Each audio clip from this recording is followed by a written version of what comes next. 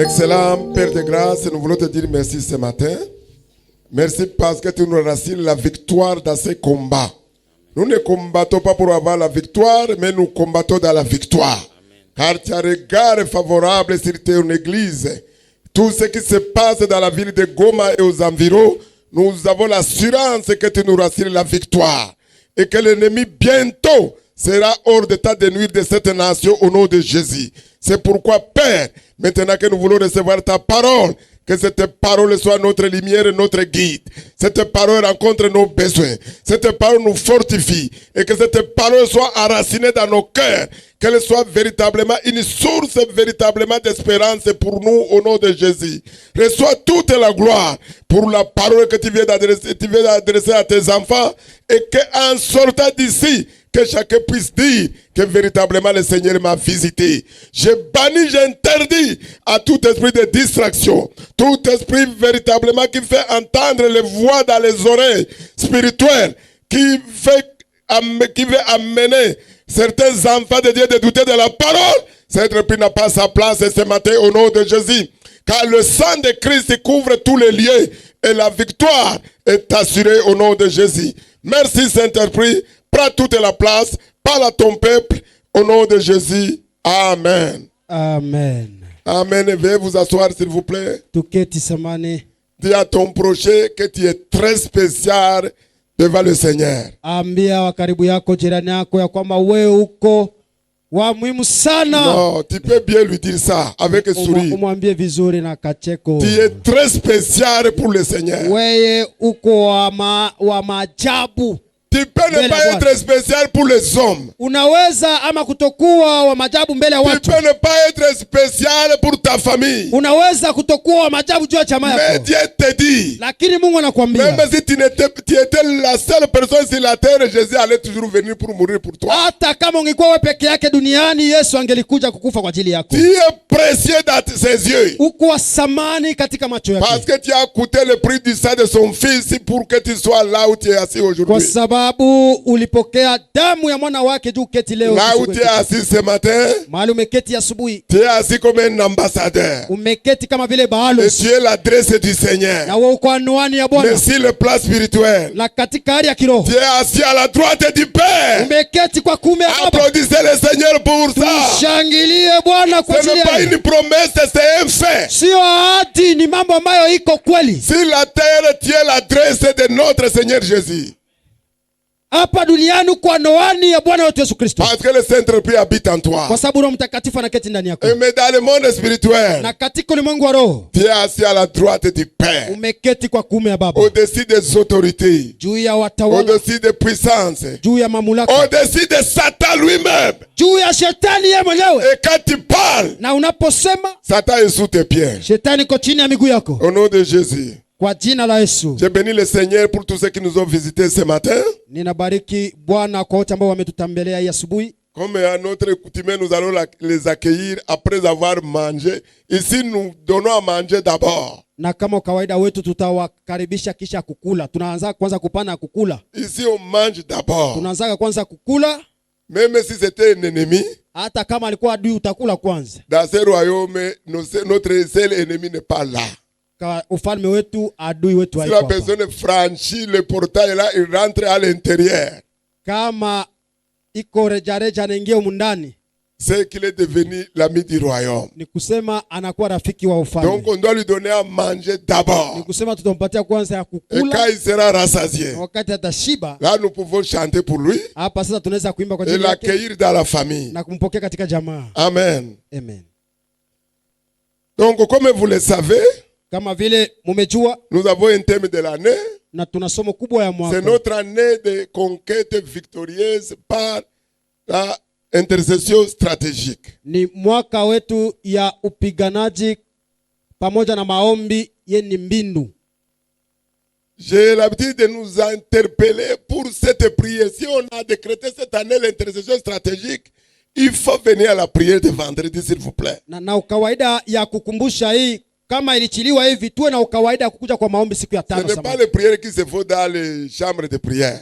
Sio maombi ambayo yanafanyikana kule kwa machumba ya maombi. Ici nous prions stratégiquement. Hapa tunaomba katika mbinu, Et nous sommes guidés par le Saint-Esprit. na tumeongozwa na Roho Mtakatifu, Et il y a des témoignages de tous ceux qui viennent. na kuna mashuhuda ya wote ambao Donc wanakuja. nous développons sous-thème de l'année chaque mois. Ni kusema tunakuwa na somo ndogo kila mwezi, Et le mois d'avril, c'est la crainte de Dieu, voit par l'excellence de l'intimité avec le Saint-Esprit.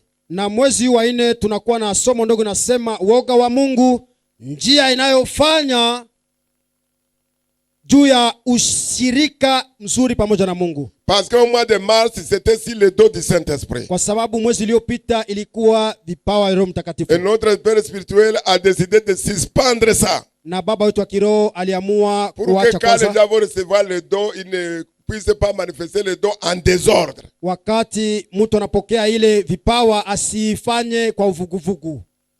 Il faut avoir maintenant la crainte de Dieu. Inabidi Parce qu'au mois sasa- de mai, certainement que nous allons revenir sur le dos du Saint-Esprit. Inabidi sasa kuwa na woga wa Mungu, na inawezekana mwezi wa 5 tutaweza kurudilia juu ya vipawa ya Roho Il Mtakatifu. ne nous a pas encore donné le thème, je ne me rappelle pas, le thème du séminaire, Na hajawahi kutupatia somo ya semina, le séminaire de la Pentecôte. semina ya Pentecote. Et je profite pour vous annoncer, j'ai demandé la permission pour ne pas aller.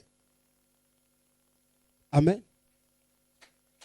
J'ai demandé l'autorisation, on me l'a accordé. Je ne peux pas aller. Nililomba ruhusa nisiende na wakanikubalia nisiende. Ah, vous êtes content? Munafurahi? Aïe. Mais je vais rater. Takosa mambo mengi. Il a accepté, mais c'est le pasteur qui va y aller. Alikubali, lakini papa pastor ndo ataenda pasha Parce qu'il a sa famille là-bas. kwa sababu jamaa yake inakuwa huko. C'est une opportunité aussi pour aller rencontrer, saluer sa famille. Ni muda pia kwake kwenda kukutana na jamaa na kuisalimia. J'ai demandé la permission parce qu'il y a beaucoup à faire maintenant.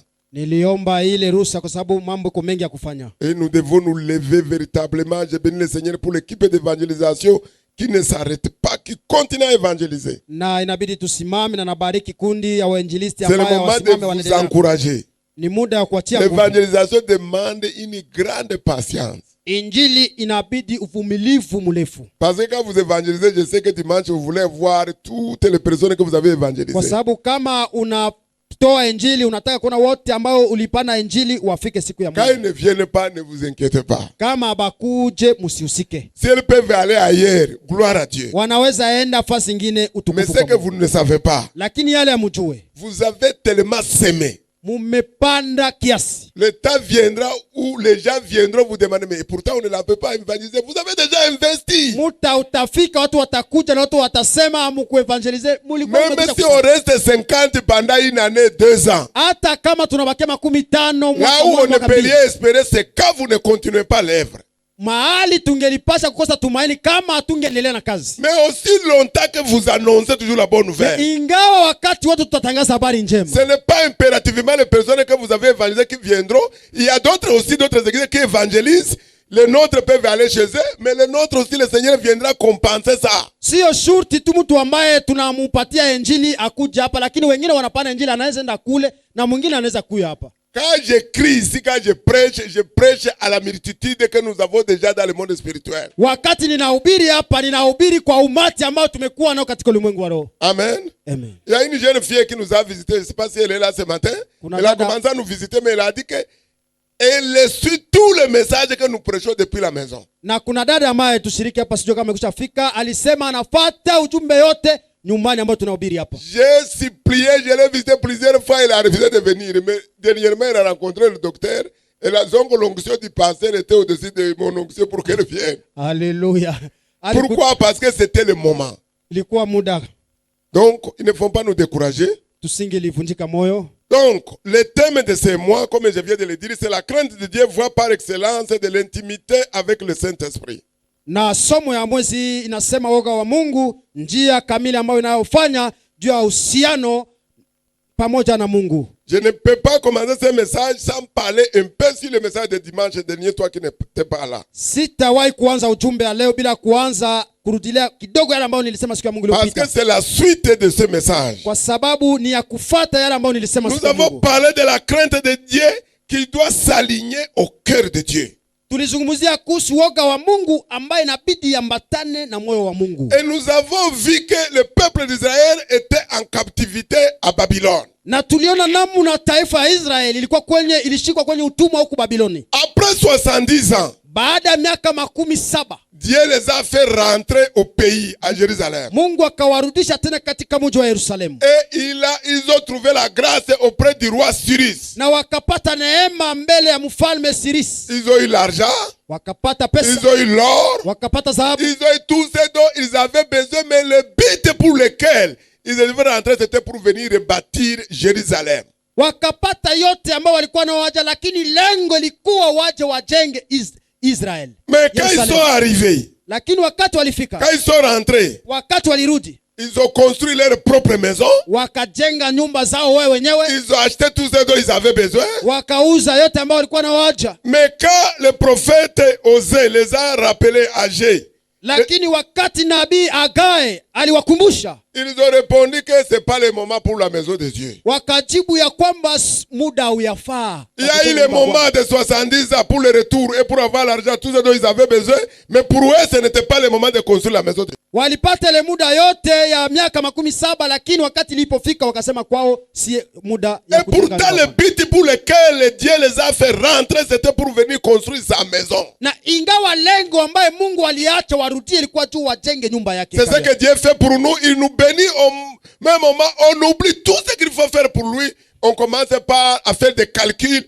pour nos besoins personnels. Na ni yale Mungu anafanya kwetu, anatubariki, baadaye tunaanza kufanya hesabu juu ya mahitaji yetu ya kipekee. Alléluia. Amen. Quand nous avons la crainte de Dieu, wakati tuna woga wa Mungu, il faut mettre en pratique sa parole en totalité. Inabidi kutia neno lake kwa matendo. Nous sommes tellement égoïstes. Na tuko wenye kudipenda sana. Et nous voulons toujours commencer par nous-mêmes. Na tunataka kuanza kwetu sisi wenyewe. Tu commences par toi-même, quand tu vas souffrir, c'est lui d'abord tu vas appeler. C'est mieux de commencer par lui, et quand tu vas pleurer, il va dire, mon fils, j'écoute tes prières parce que tu me donnes toujours la première place. Unaanza kwako mwenyewe, lakini wakati utaanza kulia utarudi kwake. Lakini ni vizuri kuanza kwake, kwa sababu wakati utaanza kulia utarudi kwake, atasema, mwana wangu wewe unanipa kila siku nafasi. Je vous ai toujours dit qu'il y a des choses que nous obtenons par l'obéissance tout simplement. Najawahi kuambia kuna mambo ambayo tunapokea kila mara kupitia utiifu. Il y a des choses que nous obtenons après avoir prié. Na kuna vitu ambavyo tunapokea baada ya kuomba. Ce n'est pas tout qu'il faut toujours prier pour avoir. Sio yote inabidi kuomba juu upote. Par exemple, l'argent, tu n'as pas besoin de prier pour l'argent. Kwa mfano pesa, hauna haja kuomba juu ya pesa. Il y a des principes liés à ça qu'il faut obéir, et quand tu obéis, l'argent vient. Kuna makanuni ambayo inabidi utii na pesa itakuja. L'argent ne viendra pas à partir de firmament, mais il va te connecter avec une affaire, il va t'accorder la faveur divine qui va te donner de l'argent. Pesa haitatoka juu, lakini Mungu atakutanisha na watu na manjia atakufungulia ambao utapata pesa. Je vous dis toujours que je suis mieux indiqué pour parler de ça. Na ninawaambia kila mara nimefaa vizuri kwa kuambia juu ya hii. J'ai été victime longtemps parce que je ne croyais pas que Dieu aussi devrait attendre de me miettes pour commencer par là pour me bénir. Nilikuwa mateka muda nyingi sana kwa sababu sikuwa najua kwamba inabidi kuanzia pale juu Mungu anibariki. À chaque fois qu'on parlait des besoins dans l'église, je croyais que Dieu s'adressait aux riches, que moi je n'étais pas concerné. Kila mara walikuwa kizungumzia jambo kama hii kanisani, nilikuwa nafikiri kwamba wanaelekeza watajiri, mimi sihusi. Les gens prospéraient et j'étais jaloux de ceux qui étaient prospères. Watu walikuwa wanaendelea na nilikuwa mwenye fitina kwa wale ambao wako wanaendelea. Parce que tu le veux ou pas, kwa sababu utaki ama le ukatae, pauvre est plus jaloux qu'un riche. Na maskini ule ambaye anakosa iko mwenye wivu. Et le pauvre ne fait que même à l'église de compter tous ceux qui sont bien habillés, ceux qui ont le véhicule, il connaît même leur nom. Na wale wanayokosa ama maskini wanahesabu wale ambao wanavaa kanisani na wanajua hata majina yao. Il pense qu'ils ont pris ce qui lui appartient. Wanafikiria kwamba wamechukua yale inakuwa yao. Si vous regardez la Bible de Genèse Apocalypse, ukitazama Biblia mwanzo hadi Ufunuo, Dieu a toujours demandé, qu'as-tu dans tes mains? Mungu anawahi kila mara kuuliza una nini mkononi mwako. La femme de Sarepta, il lui a demandé au prophète, qu'as-tu à la maison? Mke wa Sarepta yati munjani alilomba, anamwambia Mungu una nini katika mkono? Il a toujours demandé parce que il n'est pas magicien comme Satan. Mungu yeye sio mchawi kama vile shetani anauliza kila mara una nini. Satan pas prend des zéros, il te fait milliardaire, mais après tu paies après alors. Shetani anaweza kukuchukua kwa sifuru, anakufanya mwenye pesa nyingi, na kwa baadaye Et quand lui demande le paiement, il te prend ce qui est plus cher pour toi. na wakati anakudai anachukua yale ambayo yanakuwa ya samani sana kwa Tous ceux qui sont dans les sectes là. wale wote ambao uko kanyewe. En fait, ils n'entrent pas comme ça parce qu'ils veulent. Ils n'entrent pas dedans comme ça. Abaingiake tu hivi. Non. Sio vile. On leur donne un emploi. Wanawapatia kazi. On va lui donner un poste élevé. Wanampatia cheo ya juu. Il achète une belle voiture. Anauza gari nzuri. Il a des avantages. Anakuwa na mambo yanayofanya mzuri. Le temps arrive, on lui dit que maintenant, tu crois que tout ce que tu as là, c'est le moment de payer. Fika, watamwambia sasa, unaona yote ushapata, ni muda wa kulipa sasa. Et le prix que nous voulons, na bei yenyewe tunapenda utupatie. C'est ton premier enfant ou bien c'est ta mère ou c'est ton père. Ni mtoto wako wa kwanza ama baba yako wala mama yako. Et il dit que non, ça, anasema sipendi. Il disait que c'est trop tard. Anaambia ishakuwa retard. Tu croyais que tout ce que tu as eu, tous ces avantages, ce n'était pas gratuit. Ulikuwa unafikiri yote ambayo uko unapata c'est le temps de payer ou bien tu payes par ta propre vie. Ni muda ya kulipa ama wewe mwenyewe unalipa uzima wako. Il est obligé de céder. Atashurutishwa kupana. Mais pour nous, lakini kwetu il y a quelqu'un qui a payé le prix à la croix. Kuna mtu alilipa bei yote msalabani. Nous n'avons pas besoin de courir pour aller chercher quelqu'un pour nous aider, mais nous avons le sauveur. Hatuna haja ya kutafuta tena mtu atusaidie, lakini tuna mkombozi. Donc le thème de ce matin, ni kusema somo ya asubuhi. La crainte de Dieu, woga wa Mungu, attire toujours les bénédictions divines. Inaita kila mara baraka ya kimungu. J'ai précisé des bénédictions seulement mais divines. Na hakikisha baraka lakini ya kimungu. Il y a plusieurs bénédictions. Kuna baraka nyingi. Qu'on peut obtenir même de Dieu. Unaweza pokea pia kwa Mungu. Parce qu'il y a la volonté de Dieu permissive. Lakini mapenzi ya Mungu ambayo yanaruhusiwa na watu. Il y a la volonté de Dieu aussi parfaite. Na kuna mapenzi ya Mungu yake yeye mwenyewe. La volonté de Dieu permissive. Na mapenzi ya Mungu ambayo inapewa na watu. C'est quand nous prions. Ni wakati tunaomba. Prenons un jeune homme, il veut se marier. Tukamate mfano ya kijana anataka kuoa. Dieu lui dit c'est pas elle. Mungu anamwambia sio yeye. Le gars dit que même si c'est Dieu qui descend là. Na kijana anasema hata Mungu ashuki ule. Il insiste. Anakazana. Dieu lui révèle le caractère de la fille. Mungu anamuonesha tabia mke ambaye ataoa. Lui il continue à venir chez le pasteur que la fille est là, c'est elle ou rien. Atakuya tu kuendelea na kumwambia mchungaji ule dada hapa. Je vous ai toujours dit ça ici, même si Dieu me dit c'est pas elle, ce n'est pas à moi de te le dire. Ninawahi kuambia kila mara, hata Mungu ananiambia sio yeye. Mon rôle en tant que berger c'est de prier avec toi.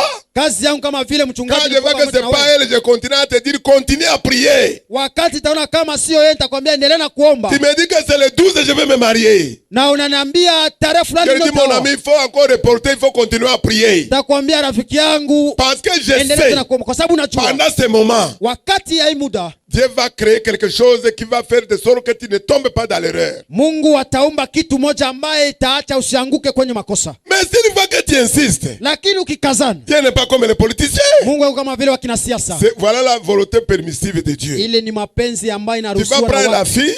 Utachukua mwanamke. Et souvent tu n'auras aucun problème avant et après dans votre mariage. Na mara nyingi hautakuwa na shida mbele ama baadaye ya ndoa. Tout se passe très bien. Yote tapitikana vizuri. Chacun voit l'autre comme un ange. Kila mtu ataona mwenzake kama vile malaika. Mais Satan attend le bon moment pour frapper. Lakini shetani atangojea muda unaofanya ile apige. Et quand cette heure-là va sonner, que cela ne sonne pas dans ta vie au nom de Jésus. Ile wakati sifike kwa maisha yako kwa jina la Yesu. Parce que ça va sonner. Kwa sababu wakati itafika. C'est à ce moment-là. Ni kwa hiyo wakati. La femme peut dire. Mwanamke anaweza sema. On dirait que c'est le diable même avec lequel je me suis marié. Atasema inawezekana hata shetani njoo nilioana naye hata. L'homme dit que on dirait que c'est Isabelle qui est dans mon foyer. Na mwanaume naye atasema Elizabeth inawezekana njoo nilioa. Parce qu'il est venu pour frapper, pour détruire le foyer. Kwa sababu amekuja kuharibu ndoa.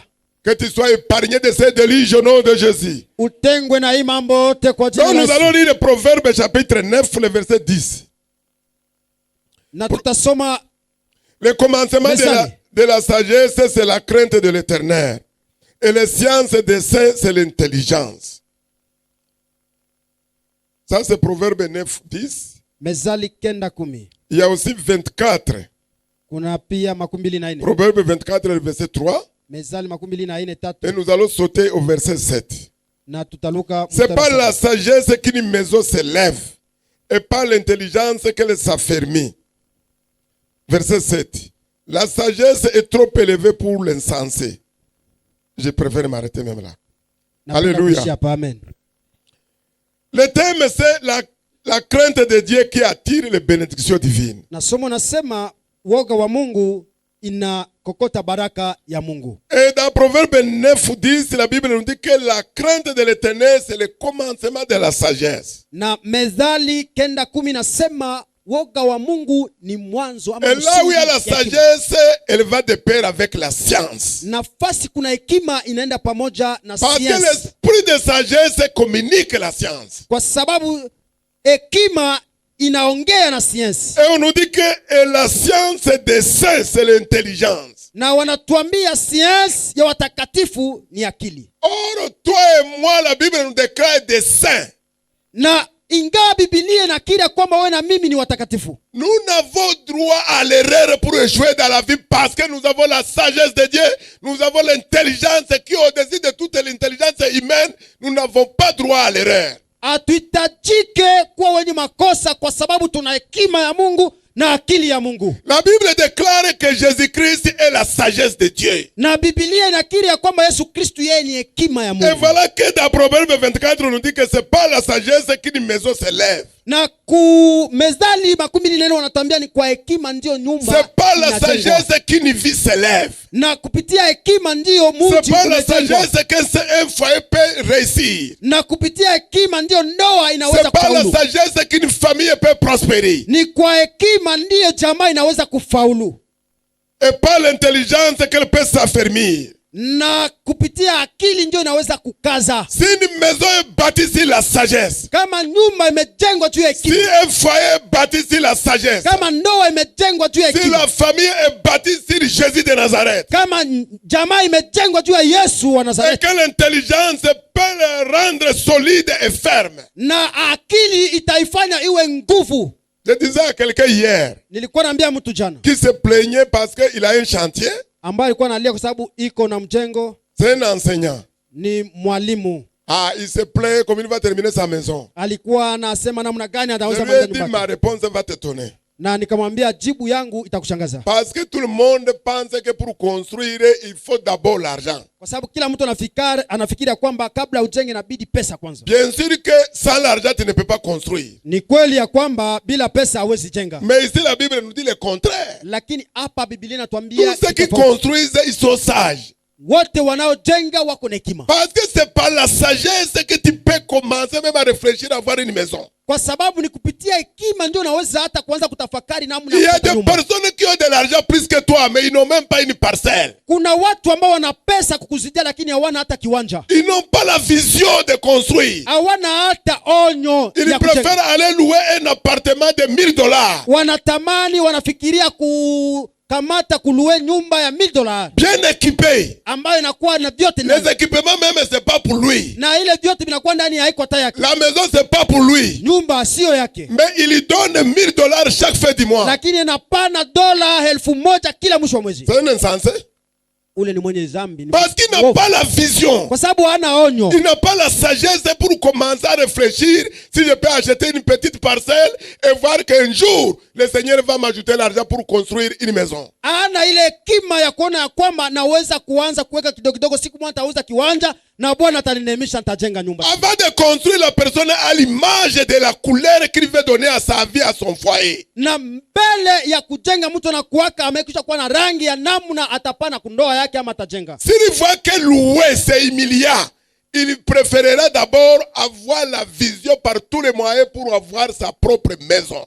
Na kama ataona ya kwamba kulue itakuwa ya kazarau, akubali kwanza aanze umwe akuwe na nyumba yake mwenyewe. Nous comprenons qu'il faut avoir la sagesse pour construire. Na tunaelewa kwamba inabidi kuwa na hekima ili ujenge. Parce que nous avons tous les matériaux nécessaires pour avoir une maison. Kwa sababu tuna vifaa vyote ambavyo vinayofaa ili tupate nyumba. Mais le problème, nous voulons cette maison tout de suite. Lakini shida ni kusema tunataka ile nyumba imalizike Nous mara oublions que moja. la Bible dit qu'il y a un temps pour toutes choses. Tunasahau kwamba Biblia inasema kila kitu ina wakati Ce wake. qui est important, c'est de garder précieusement la vision de construire une maison. Inayokuwa ya muhimu ni kulinda vizuri ile onyo unakuwa nayo ya kujenga nyumba. Mais écoute le langage d'un insensé. Lakini sikia msemwa Lui, ya il dit huyu que cette sagesse mzambi. est trop élevée.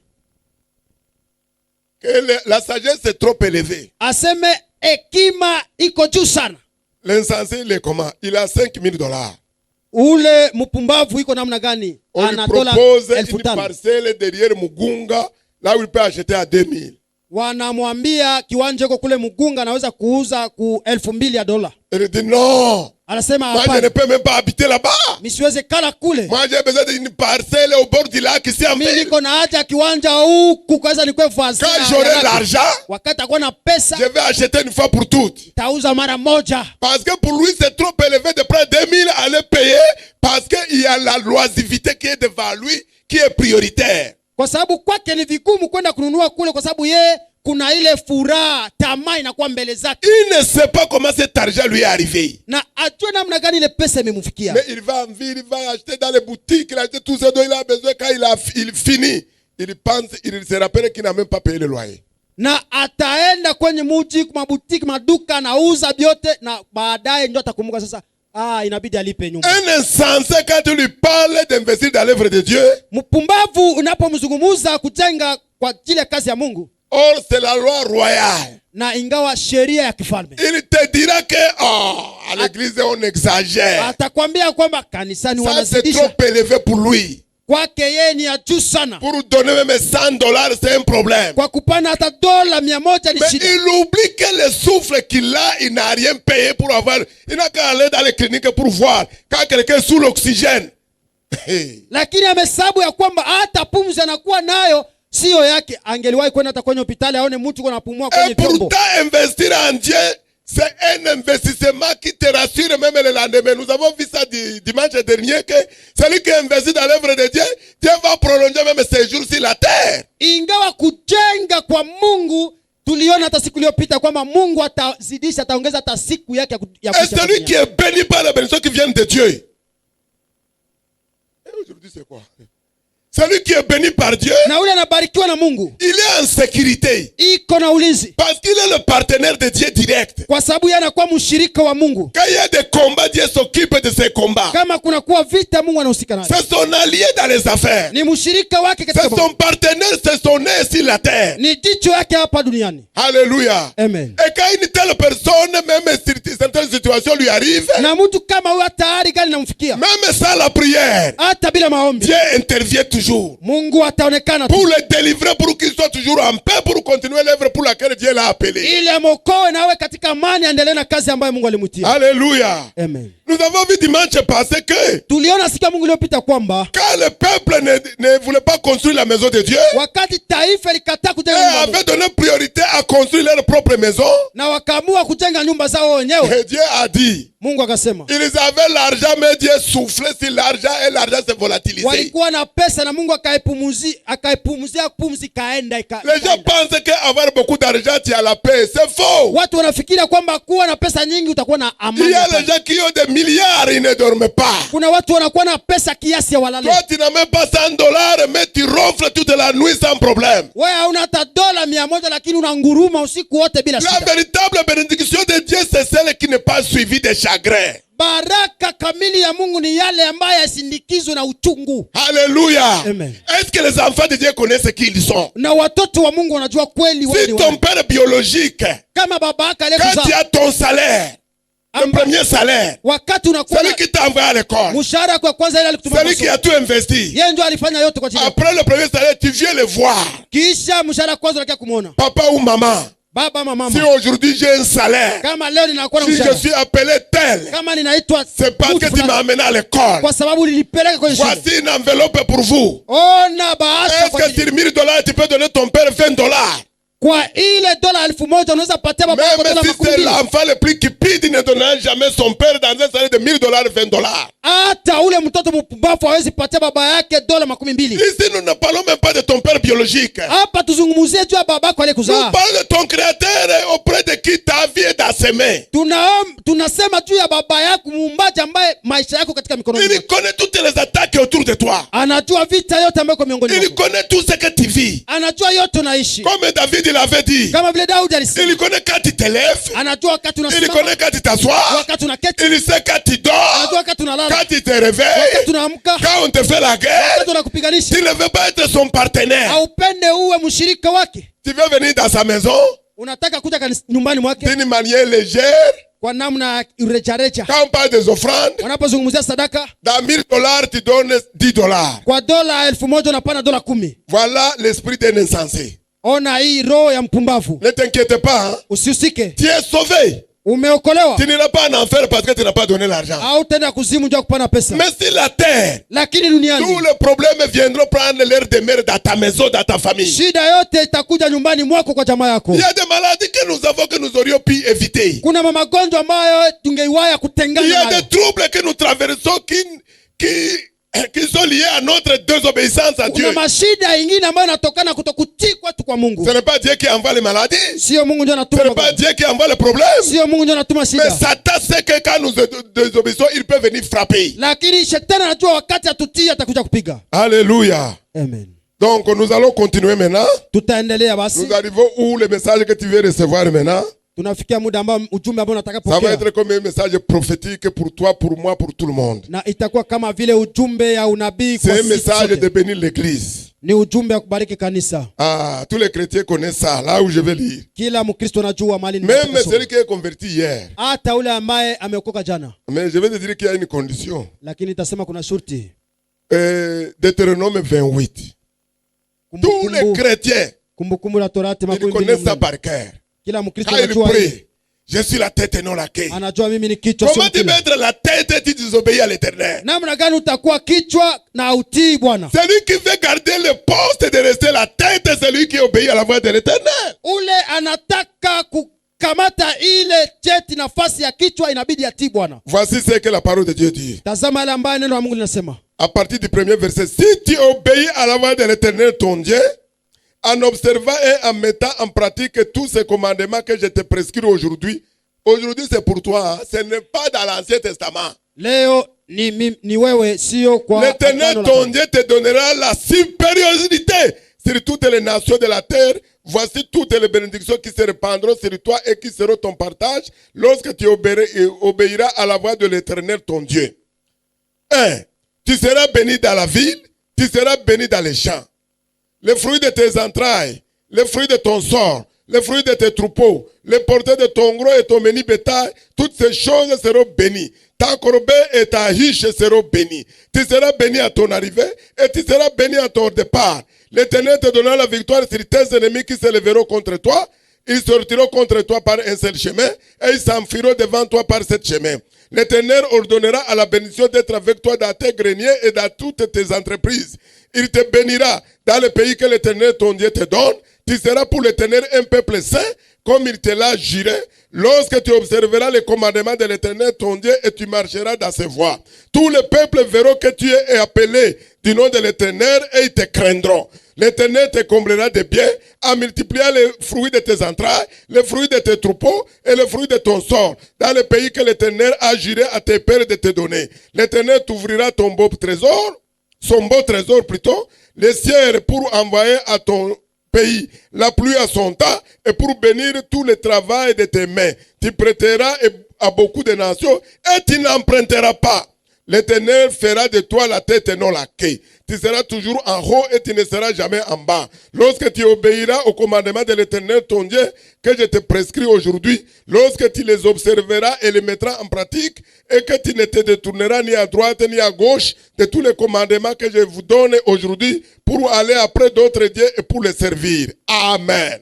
Amen. Amen. Amen. Voici la bénédiction pour le peuple de Dieu. Hii ni baraka juu ya taifa la Mungu. C'est facile de commencer par les versets de tout le temps.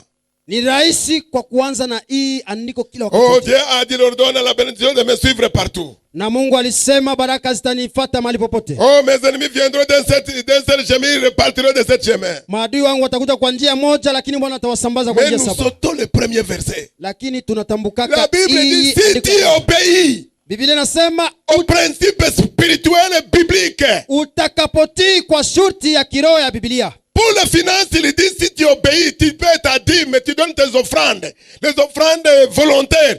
Il dit quoi? Anasema Il nini? menacera les dévoreurs. Atashambulia ule muharibifu.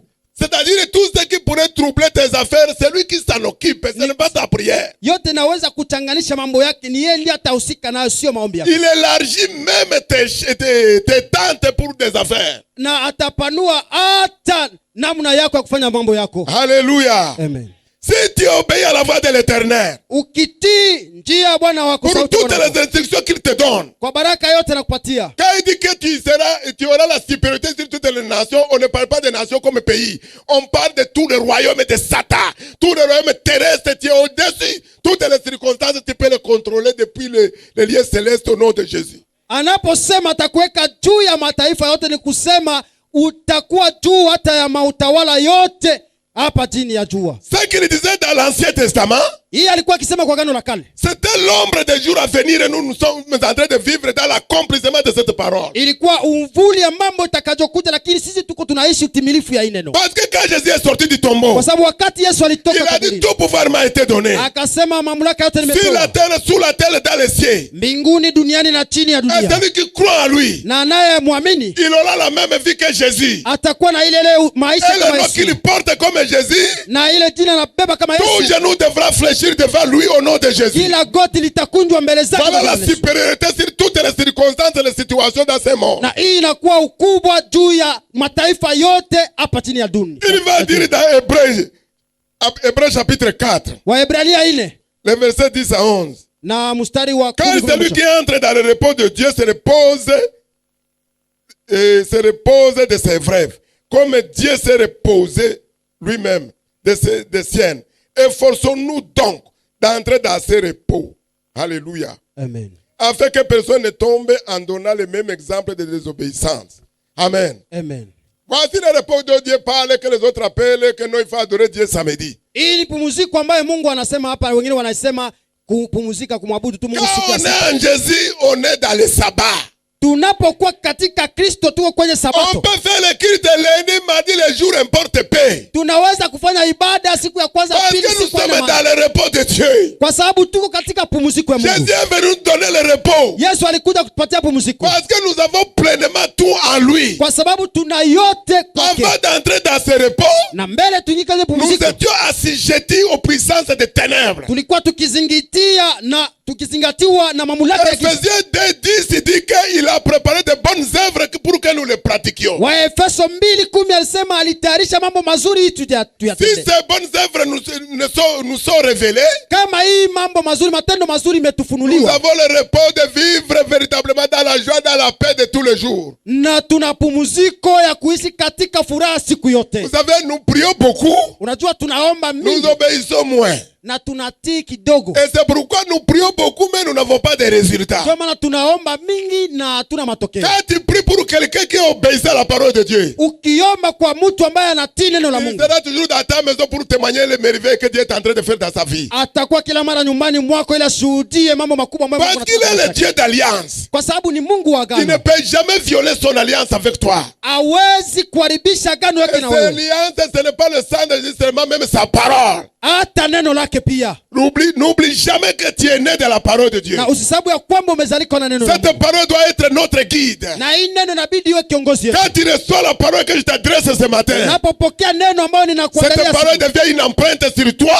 na hii neno inakuwa empreinte Même kidole. quand tu penses que tu n'es pas béni, la parole continuera à te dire tu es béni, tu es béni, tu es béni. Et c'est cette parole qui va attirer tirer la bénédiction sur Na toi. wakati utakuwa ukifikiria kwamba haubarikiwe, lakini ile neno itakuwa nakwambia umebarikiwa na itafikia. Rappelez-vous que Jésus a dit les paroles que je vous adresse sont esprit et vie. Na Yesu alisema neno naoambia iko uzima La parole na que roho. je t'envoie de la bénédiction ce matin est une parole de vie qui va véritablement se coller à ta vie pour apporter la solution de tout ce dont tu as besoin. Neno ya baraka ambayo ninakuelezea hii asubuhi ni uzima na roho ambayo itakuletea baraka yote ambayo unayo. Je vous dis, la crainte de Dieu nous donne du repos. Na ninawaambia woga wa Mungu inatupatia Même pumziko. quand tu combats dans la paix, dans la tranquillité, Hata unapopigana katika kutulia katika sans imani, culpabilité dans ton cœur, bila mashaka katika moyo, la prière ne fera même pas 30 minutes. na maombi haitafanya hata dakika 13. Quand on fait la délivrance, Unapofanya ufungulivu, quand d'abord avant la victime, na mbele ya ule si le mateka, pasteur, le serviteur de Dieu lui-même, il vit une vie intègre d'obéissance. kama mchungaji mwenyewe anaishi maisha kamili ya utiifu, Quand il reprend l'esprit, il ne peut pas résister même une minute, il va partir.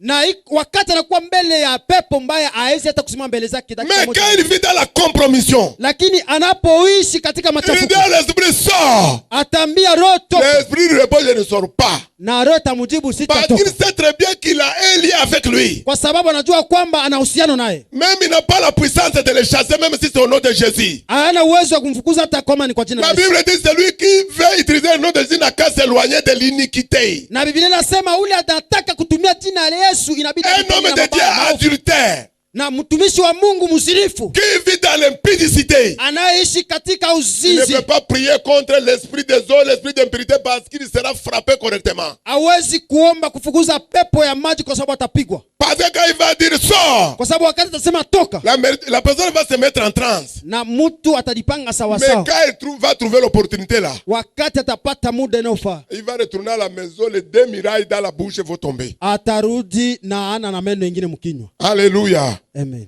La crainte de Dieu nous donne du repos. Na woga wa Mungu unatupatia pumziko. Efforçons-nous de rester obéissants pour entrer dans ce repos. Na tudikaze, tuditahidi tuwe watiifu ili tuingie katika pumziko ile. Sois sincère avec toi-même. Na uwe mwaminifu. Ce n'est pas un Ukweli message wewe. d'accusation, Sio ujumbe wa mais mashtaka. c'est un message de se remettre en cause. Ni ujumbe ya kudirudiamo. Tous ceux qui sont fidèles dans la dîme, Wote ambao kwa waaminifu kwa moja ya kumi. honnêtement, Kwa kweli. et qui donnent les offrandes dans l'œuvre de Dieu, pas au pasteur. Na wanapana sadaka kwa kazi ya Mungu, sio kwa mchungaji. C'est des personnes qui vivent toujours en paix, tranquille. Mais le jour où ils désobéissent, la paix fuit sa maison.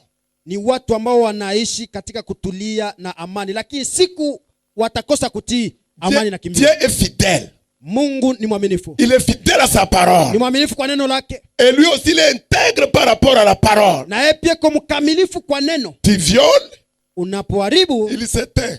anabaki. Tu es toujours son enfant. Uko tu mtoto yake. Le fait de ne pas donner l'argent à Dieu, ne pas investir, cela ne t'arrache pas ton salut. Namna kutokujenga katika kazi ya Mungu ile Parce que ikutoshe. j'entends wokovu. d'autres prédicateurs qui disent même que si tu ne donnes pas à Dieu, tu es maudit. C'est faux. Kwa sababu nasikia wengine wahubiri wanasema kama upatie Mungu umelaniwa, sio vile. Tu n'es pas maudit parce que tu n'as pas investi dans l'œuvre de Dieu. Au lainiwe kwa sababu au kujenga kwa kazi la Mungu. Non, ça n'a rien à voir. Ile hailingamane na ile. S'il y a la malédiction, Kama kuna laana, c'est que c'est toi-même qui as appelé la malédiction de venir. ni kusema ni wewe mwenyewe uliita ile laana. Dieu ne peut pas bénir son peuple, il ne peut pas maudire celui qui est déjà béni par toujours lui-même. Mungu hawezi tena laani ule ambaye amekwisha kumbariki yeye mwenyewe. Le peuple d'Israël commettait des forfaits. Taifa Israeli ilikuwa imefanya makosa. Les conséquences, c'est que l'ennemi le frappait. Na matokeo wakati adui alikuwa Mais akimpiga. quand il criait à l'éternel, Lakini wakati walikuwa il wakimulilia Bwana, intervenait toujours pour le libérer. alikuwa anaonekana kwa C'est-à-dire son amour ne s'éloigne pas de toi parce que tu as péché, parce que tu as commis des forfaits. ni kusema upendo yake haitoke kwako kwa sababu ulikosa. Les gens pensaient qu'ils ont réussi, ils sont bien parce qu'ils sont obéissants. La Bible dit, même ta justice est comme un habit souillé devant lui. Na Biblia inasema hata haki yako kwa kama vile nguo yenye kuchafuka mbele zake. Il faut tout simplement s'appuyer sur ce que Jésus a accompli à la croix du Calvaire. Inabidi tu kushikamana na yale ambayo Yesu alitimiza kwenye msalaba ya Kalvari. Deuxième point. Pointi ya pili. Tu seras béni dans la ville, tu seras béni dans les champs. Utabarikiwa mjini ama shambani. Aujourd'hui, tous les jeunes, Leo vijana wote, si une agence ouvre aujourd'hui à Goma, kama kuna agence ambayo inafungua hapa Goma, certainement qu'il y en a. na inawezekana kuko, Ah, je vais envoyer les gens au Canada, aux États-Unis. tatuma watu Ulaya. Même les vieillards congolais vont s'inscrire là-bas. Hata wazee wa Kongomani wataenda Les kujiandikisha. gens vont vendre même la maison. Watu wazozisha hata manyumba. Ah, nous aucun de poteaux. Niko naenda Je Bulaya. dois aller aux États-Unis. Niko naenda Mais Bulaya. c'est Dieu te dit. Mungu anakuambia hapa. Le lien géographique ne limite pas Dieu pour te bénir. Mahali haimaanishe kitu jua kubariki. Et d'ailleurs, Kwanza, ayant été dans ce pays-là, ukakuwa kwa hii nchi. non, le fait que j'ai été là-bas, je connais là-bas. Kwa kuona nilikuwa niko kule Quand tu nilikuwa. es béni en Afrique, mes bien-aimés, tu es béni et tu as des ouvriers. En Europe, tu peux être béni, tu n'auras même pas un domestique. Ukibarikiwa huko Afrika utakuwa na watu wa kazi, lakini Ulaya ukibarikiwa utakosa na mtu wa kazi. En Afrique, quand tu es béni, tu passes même si la voix. Tout le monde t'applaudit, même si c'est un ennemi.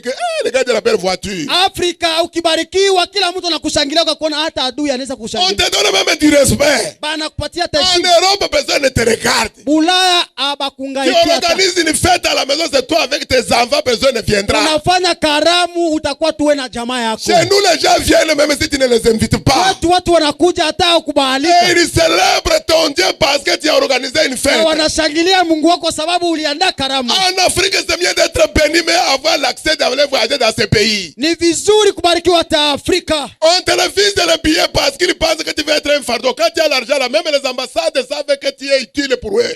Banakatala kwa sababu banafikiria kwamba utakuwa muziko kwao kwa sababu hata Aucune ambassade ne va jamais te refuser. Tu n'as plus besoin d'un intermédiaire. hauna haja ya kuwa na mtu atakusemelea. Quand on te demande la situation bancaire, Wakati watakuambia yale ambayo tu unakuwa montres nayo une situation de kwenye 200 benki, 000. Ce sont eux qui vont t'applaudir pour venir. Comme ça, tu pourrais même investir chez eux. ni wao ndio watakushangilia kwa sababu wanajua utajenga kule kwao. Le lien géographique importe pays. Mahali haimaanishi Dieu kitu. connaît ton adresse, il connaît ton numéro, il sait là où te trouver. Mungu anajua anwani yako na anajua mahali ambapo atakukutana. C'est pourquoi il dit il peut te bénir en ville, il peut te bénir dans les champs. Ndio maana anasema baraka zake Partout zitakupata là où tu kuuchi na es, tu kupona. transportes sa présence. Mahali popote utakuwa Et unapewa sa uwepo. présence attire des bénédictions. Na uwepo wake ndiye inaleta baraka. Troisième chose, Kitu ya tatu, toutes tes œuvres seront bénies. kazi yako yote itabarikiwa. Tu as l'argent de la réussite et du succès, voilà.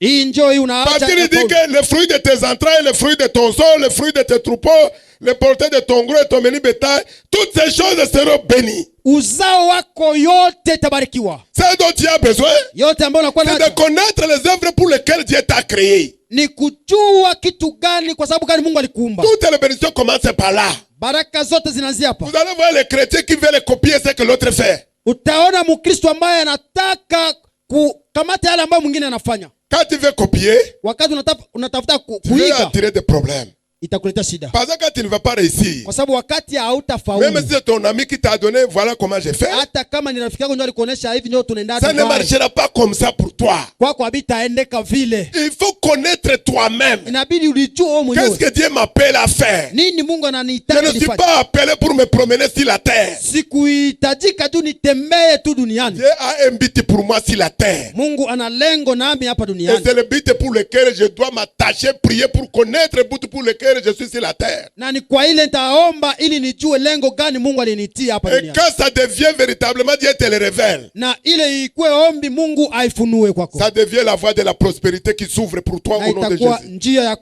ya kufaulu ambayo itafunguka Le kwako. même enseignant avec qui nous discutions hier, Hata mwalimu ambaye nilikuwa nikimzungumza je lui ai dit ceci, nikamwambia hivi, qu'on ne vous trompe pas. wasikudanganye, Parce que je suis né trouver les syndicats chez les enseignants. kwa sababu nilienda kuzungumza na ule ambao Non, quand je suis né, wakati nilizalika je suis venu trouver les syndicalistes, ils étaient là. nilikuja kuonana na wale wanasemea Qui walimu avaient des revendications. walikuwa wakiomba, Je ne suis pas contre ça. na sikatai hayo, Mais on les a toujours aidés au répondre à les revendications. Cette année, après 2 ans, ils reviennent encore. kila mara wanawasaidiaka wapate masuluhisho juu ya marevendikasio, Ça, lakini ce sont baadaye des enseignants fonctionnaires. wale ni walimu wenye kazi. Mais un enseignant qui sait très bien que c'est une vocation, il prospérera toujours. Lakini mwalimu mwenyewe anajua kama ni mwito, ataendelea tu, atafaulu. Pourquoi? Kwa nini? Si une vocation, c'est-à-dire que c'est un appel de Dieu pour sa vie. Kama ni mwito, atajua kwamba ni ya Mungu katika maisha yake. C'est cet enseignant-là. Ni ule mwalimu, Quand il y a grève, wakati kuna quand il se trouve à la maison, wakati kwa nyumbani, il a mal. anasikia vibaya. Oui, pourtant on avait un chapitre pendant la semaine là. Na ingawa angeliwahi kumaliza Il somo, pense à ses élèves. iko nafikiri Il juu ya se walimu demande wanafunzi. comment il va tenir, il va reprendre pour qu'il continue le chapitre. Iko anajiuliza namna gani atapata wakati tena kumalizia Il a somo. mal dans son âme. Anasikia vibaya kwenye nafsi Oh, yake. si ça peut s'arrêter là, Bingimalizika basi pour que je continue mon cours. niendeleshe na kupana somo, Parce que l'appel crie dans son cœur. kwa sababu mwito inalalamika katika moyo. Ce cri, c'est le cri de Dieu dans son cœur. Na mwito wa malalamiko yake ni malalamiko ya Mungu katika moyo wake. Comment Dieu va le faire, je ne sais pas. Namna gani Mungu ataifanya sijui. Ce que je sais, Yale ninajua, la vocation paye toujours. mwito unalipa kila mara. Je lui ai donné l'exemple. Nilimpatia mfano. Nini maman, c'est pas quelqu'un qui m'a témoigné, j'ai vécu l'expérience devant elle à Lomé. Niliishi ile huku Lomé. Cette maman enseignait, ici chez nous, nous appelons deuxième primaire. Hapa kwetu ni somo ya pili mandogo. Là-bas, on appelle ça C2. Kule ni CD Lomé. Alléluia. Amen. Et la maman enseignait pendant plusieurs années jusqu'à aller à la retraite. Na mama akafundisha maisha yake yote paka kwenda kwenye mapumziko. Avant la retraite, elle avait acheté une petite parcelle. Mbele aende kwenye mapumziko aliuzaka uwanja kidogo. Et quand il a acheté la parcelle, voici la retraite arrive. Au moment où il n'avait même pas encore fini de payer la dette, le prêt qu'elle avait à la banque. Na kupumzika yake kazi nafika na alikuwa yawahi kumaliza hata deni ya Elle benki. était de notre église. Alikuwa wa kanisa yetu. Un jour, Siku moja elle était quelque part sur l'arrêt du bus. alikuwa mahali fulani ya kutunga Elle basi. voulait rentrer à la maison. Ilibidi arudi nyumbani. Un gros cylindre est venu garer à côté d'elle. Na moto kubwa, gari kubwa ikakuja kusimama mbele zake. La personne dit, mais ce n'est pas l'enseignante là qui m'a enseigné au cours primaire. Na ule mtu akajiuliza, haiko mwalimu wangu Parce alinifundisha? qu'elle a dépéri. Kwa sababu amekwisha Elle a la kuzaa. retraite, elle n'a pas d'argent. Hana tena pesa. Le monsieur était descendu de la voiture. Na ule ndugu akashuka kwenye gari Il lui yake. a dit, maman, n'est-ce pas que c'est telle personne? Akamuuliza, mama ni wewe fulani? La maman lui dit, oui. Mama akasema ni mimi. Oh, maman, tu es à la retraite? Mama, umekwisha kuacha kazi? La maman lui dit, oui. Akasema ndio, nimekwisha pumzika. Oh, est-ce que tu te rappelles de moi? Unanikumbuka? Vous savez, à l'école, il y a un autre jour quand tu donnes, quelles que soient les années, ton enseignant va se rappeler. Unajua kwenye shule kuna jina Surtout le nom de famille. ile majina ya Quand jamaa. le monsieur a donné le nom, Wakati ule ndugu alipana jina yake, la maman dit, waouh! mama akasema Donc la wa, voiture là, c'est pour toi. donc hii gari ni yako. Le gars lui dit, oui, c'est pour moi. Na ule ndugu akamwambia ni yangu. Maman, tu habites où maintenant? Akamwambia mama, unaketi wapi? Et effectivement, que le monsieur allait dans la même direction que la maman. Na kwa kweli ule ndugu alikuwa Il a anaelekea demandé à la maman d'entrer dans la voiture. Akamwambia mama aingie kwenye gari. Le monsieur a commencé. Na ule ndugu akaanza, Maman, mama, je peux oublier tout ce qu'ils m'ont enseigné. naweza sahau wote ambao walinifundisha. Sauf toi, Mais sio wewe. ta rigueur. Ile kukua yako Comment tu makini. suivais les élèves même dans leur maison. Namna gani ulikuwa unafuatilia wanafunzi hata nyumbani mwao. Même pour aller les aider gratuitement. Hata kwenda kufunza kwa bure. Parce que tu avais le fardeau pour que nous puissions réussir. Tulikuwa na mzigo ili tufaulu tu. Aujourd'hui, je suis aux États-Unis. Leo niko huko États-Unis. J'ai une entreprise aux États-Unis et je suis venu ouvrir son agence au Togo. Niko na kampuni huko États-Unis na nimekia kufungulia ngine hapa. Quand il a déposé la maman, Wakati aliacha mama, je dis bien, ce n'est pas un chrétien, pas nécessairement un chrétien. nikasema akuwa tu Mkristo. Quand c'est une vocation là, Kama ni mwito, Dieu peut utiliser même les bandits, les criminels, les méchants pour te Mungu bénir. anaweza kutumia hata waasi. Il va dire à la maman, Atambia mama, tu as au moins une parcelle. umekuwa na Parce kiwanja. qu'elle était encore à location. Juu alikuwa iko na panga Elle a un seul enfant, na mtoto moja, une fille. binti. Il va dire à la maman, Atambia mama, demain, kesho je vais réunir tous mes camarades. nitakusanya makolegi Maman, yangu tu te yote. rappelles de tel? Mama, unakumbuka fulani? Que oui. Sema kweli. Mais il est le directeur de cabinet au ministère des Finances. Mimi anatumikaka huku. Tu connais tel? Unajua fulani? Il est directeur général. Iko Tel huku endroit. mtu Et mkubwa. effectivement, toutes les personnes qu'elle a enseignées, c'est des hauts cadres à Lomé. Na kwa kweli watu wote ambao yule mama alifundishaka ni watu wa juu sana kwenye makazi. Mais comme elle a été oubliée, Na kuona elle alisaulika, ne peut plus se rappeler. angelikumbuka. Même quand on annonce leur élévation à la télé, elle ne peut pas se rappeler. Hata kama wanatangaza kwenye television, Le monsieur va lui dire, ule ndugu il lui a atamwambia. donné 6 noms. Akampatia jina 6. Demain là, j'ai tous leurs numéros. Sema kesho niko na maana. Je vais les appeler, nous allons nous réunir pour ton cas. Nitawaita juu ya sababu. La maman ne croyait pas. Mama kufikiria. Mais quand il lui a remis l'argent, Lakini wakati alimpatia pesa, la maman a crié que je crois que ça va marcher. mama akafikiria Parce que c'était l'équivalent de $500 et c'est beaucoup. ilikuwa sehemu ya dola 500, ni mingi sana. Effectivement, le lendemain, Na kwa kweli kesho yake le monsieur a appelé tout ce monde. ule ndugu akaita banafiki yake. Ils sont dans la même ville, mais ils ne savaient pas que la maman vit. wako kwenye mji mmoja, lakini hawakuwa wanajua kama yule Et mama yuko parmi tous anaishi. ces hauts cadres-là, il y a un architecte. Na kwa hawa wote kulikuwa umoja ambaye anahusika na majengo. Chacun a dit, je vais prendre la charge du ciment.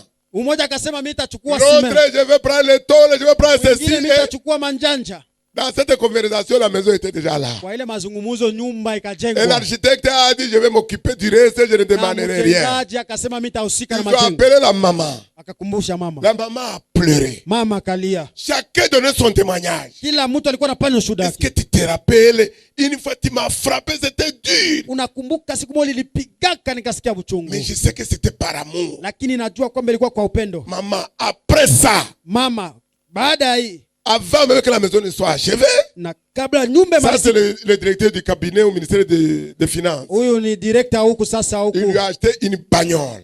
akauza gari, Il lui a trouvé un chauffeur. akamtafutia dereva, On l'a enlevé là où il habitait pour aller louer dans un appartement équipé. wakamtosha mahali alikuwa na keti, wanampatia kunyumba Dans 6 ingine. mois, là, je connais la maison. J'ai mangé dans cette maison. Malheureusement, elle est morte parce que j'allais prier pour elle. Elle était déjà malade. Mais je lui ai demandé, mais maman, une maman enseignante retraitée, cette maison, c'est une grande maison en étage. Ni nyumba kubwa ya ghorofa, Une grande, parce qu'ils n'ont pas construit si la parcelle là c'était petite. hawakujengeka kwa ile uwanja wake kwa sababu ilikuwa ndogo sana, La petite parcelle est devenue pour sa fille. na ile uwanja dogo ikakuwa juu ya binti wake, Et voilà la maman qui témoigne maintenant, qui me dit à son tour. na ule mama ndio akaanza D'ailleurs, kushuhudia, elle m'a dit ça à quel moment? na aliniambia ile kwa wakati gani. Je prêchais quelque part. Nilikuwa nikihubiri fasi Et fulani, j'ai dit comment la vocation peut conduire quelqu'un au sommet. na nilikuwa nikisema namna gani mwito utaweza peleka mtu Tu juu. peux être un gardien. Unaweza kuwa mulinzi. Ce qui est important, c'est de savoir si c'est la vocation de Dieu pour toi. Ya muhimu ni kujua kwamba ni mwito wa Mungu kwako. Tu seras béni par ce dont tu es appelé à faire. Utabarikiwa kwa yale ambayo unahitajika Dieu ne te ufanye. bénira pas là où il ne t'a pas appelé. Mungu hata kubariki mahali ambapo Et kukuita. la maman était venue maintenant me témoigner à la fin. Na mama akakuja kunishuhudia sasa kwa Mais mwisho. ce que tu as dit, c'est vrai. Sema yale umesema ni kweli. Parce que voici ce qui m'est arrivé. Kwa sababu ona benye bilinifikia. Alléluia. Amen. Le lien de géographique n'a rien à voir. Mahali haihusike. Toute œuvre que Dieu te confie peut te rendre prospère dans tous les domaines. Kazi yote ambayo Mungu anakupatia inaweza kukufanya mwenye heri kwa hiyo. Quatrième chose, Kitu ya ine. tu seras béni à ton arrivée, tu seras béni à ton départ. Utabarikiwa kwa kufika kwako na kwa kuondoka Je ne vais kwako. pas m'attarder sur ça parce qu'il a dit que sa présence nous accompagnera jusqu'à la fin du monde. Sitaki kukawia hapa kwa sababu alisema uwepo wake utasindikiza Je mpaka mwisho wa serai dunia. avec vous jusqu'à la fin du monde. Alisema atakuwa nasi mpaka mwisho wa dunia. Et ses disciples ont commencé l'évangile, à prêcher l'évangile. Et la Bible nous assure que sa présence était toujours avec eux. Na mitume wakaanza injili na Biblia inatuhakikishia kwamba uwepo wake ulikuwa pamoja Là, nao. c'est dans Matthieu 28, le dernier verset. Na Mathayo 28 mstari wa mwisho. Alléluia. Amen. Quand nous transportons la présence de Dieu, Tunapobeba uwepo wa Mungu les portes s'ouvrent d'elles-mêmes. na milango inafunguka Les yenyewe. opportunités s'ouvrent. Muda mzuri Mais quand zinafunguka. nous terminons le culte comme ça, Lakini wakati tunamaliza ibada hivi, on commence le lundi. tunaanza siku ya kwanza. On oublie tout ce que nous avons reçu ici. Tunasababu yote ambayo Tu tulipokea. oublies même que tu transportes Dieu dans ton cœur. Unasababu hata kama Tu unaweka Mungu oublies katika que moyo tu es un wako. tabernacle de Dieu en mouvement en ville. Unasababu hata kwamba uko mazabao ya kutembea Tu bufi. oublies que tu es Jésus qui se promène dans la ville dans ton corps. Unasababu ya kwamba uko Yesu ambaye uko natembea Quand tu prends chaque fois conscience de ça, wakati unachukua kila mara dhamiri ya hii, ta manière de parler aux gens change. namna yako ya Ta kuzungumza na watu manière de inabadilika. parler, de discuter, ça change. Namna yako ya Parce kujadiliana na que watu ce n'est plus inabadilika. toi, mais c'est Christ qui vit en Kwa toi. sababu sio wewe, ni Kristo anaishi Quand kwako. il y a un service à demander quelque Kama part, kuna kazi fulani tu n'y vas pas seul, tu es conscient que la présence de Dieu est avec toi. hautaenda wewe mwenyewe kwa sababu unadhamira kwamba Et uwepo wa c'est Mungu là-bas unakuja que tu wewe. peux dire, Na ni hapo unaweza sema toutes choses concourent au bien à ceux qui aiment Dieu. mambo yote ni mazuri kwa wale wanaompenda Mungu. Parce que aussi longtemps que Dieu est avec toi, Kwa sababu wakati wote Mungu il vit en toi, anaishi kwako, tu ne peux ndani pas yako. échouer au nom de Jésus. Hauwezi shindwa. kwa Cinquième jina la- chose, l'Éternel te donnera la victoire sur tes ennemis qui se lèveront contre toi. Bwana atakupatia ushindi kwa madui ambao Ils, watainuka kwa ajili yako. ils sortiront contre toi par un seul chemin et ils s'enfuiront devant toi par sept chemins. Watakuja kwa njia moja lakini watasambazwa kwa njia Les saba. sept chemins ont un sens. Na ile njia saba ina maana yake. Vous savez, Unajua, quand les gens reçoivent le Saint-Esprit, wakati le baptême dans le Saint-Esprit, unapokea ubatizo wa Roho le Mtakatifu, signe initial, il parle la langue. alama ya kwanza ni kusema kwa lugha. Parce qu'il y a la manifestation de la présence de Dieu. Kwa sababu ile ni onyesho ya uwepo wa Mungu. Mais quand les démons arrivent, Lakini wakati pepo na il vient silencieusement. anakuja pole pole. Même sa victime ne sait même pas à quel moment il est rentré en lui. Hata mateka ajua hata wakati gani aliingia ndani. Mais quand on le chasse, Lakini wakati wanamfukuza, il sort par 7 chemins. anatoka kwa njia Je 7. ne vais même pas donner les détails parce que viennent vendredi bénéficier de cette prière. Comme nous allons commencer la délivrance, vous allez voir par quel 7 chemins il sort de nos corps. Sitasema mingi hapa kwa sababu wale ambao watakuwa na hata watakuta siku ya 5 kwa maombi watajua namna gani kwa nini wanatoka kwa njia 7. Il y a la voie des yeux, Kuna njia ya il y a la macho, voie des narines, kuna mapua, il y a la voie de la bouche, kuna kinywa, du sexe, kuna kuwa de l'anus, jenda, de l'ombril. Ça fait combien? Hein? C'est déjà 7. 7. C'est par là les démons, les esprits mauvais sortent. Na ni Quand kwa tu pries pour quelqu'un, il pleure. unapoomba juu ya mtu analia, C'est l'esprit qui est allé de partir. ni roho iko naenda. Il était venu un seul. Alikuja moja, Mais la sortie là, lakini le kutoka Saint-Esprit va les disperser. Il faut passer par tous ces canaux là. Roho Mtakatifu atamsambaza, atatoka kwa kila njia. Pourquoi? Kwa nini? Parce que Jésus a accompli tout cela à la croix du Kwa sababu Calvaire. Yesu alitimiza yote. Nous devons marcher avec l'assurance de la victoire de Jésus dans notre vie au nom Na de inabidi Jésus. tutembee katika uhakika. Il a tout accompli à la croix du Calvaire. Alitimiza yote msalabani wa Kalvari. Apocalypse 6, le verset 2. Na Ufunuo 6:2. B.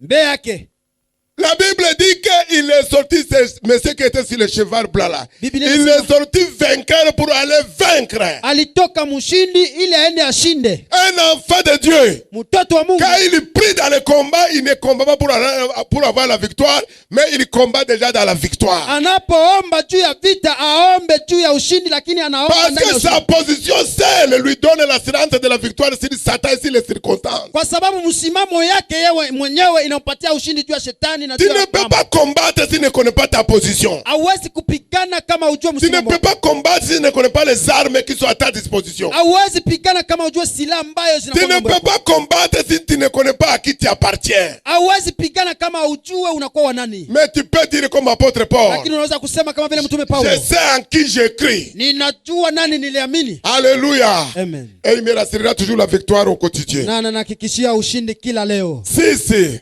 Tu Sita, dois identifier ton territoire de conquête. utatambulisha mahali yako ya ushindi Et la bénédiction devient ton allié de tous les jours. na baraka itakuwa shirika wako Parce wa kila qu'il dit siku. que l'Éternel ordonnera la bénédiction d'être avec toi dans tes greniers et dans toutes tes entreprises.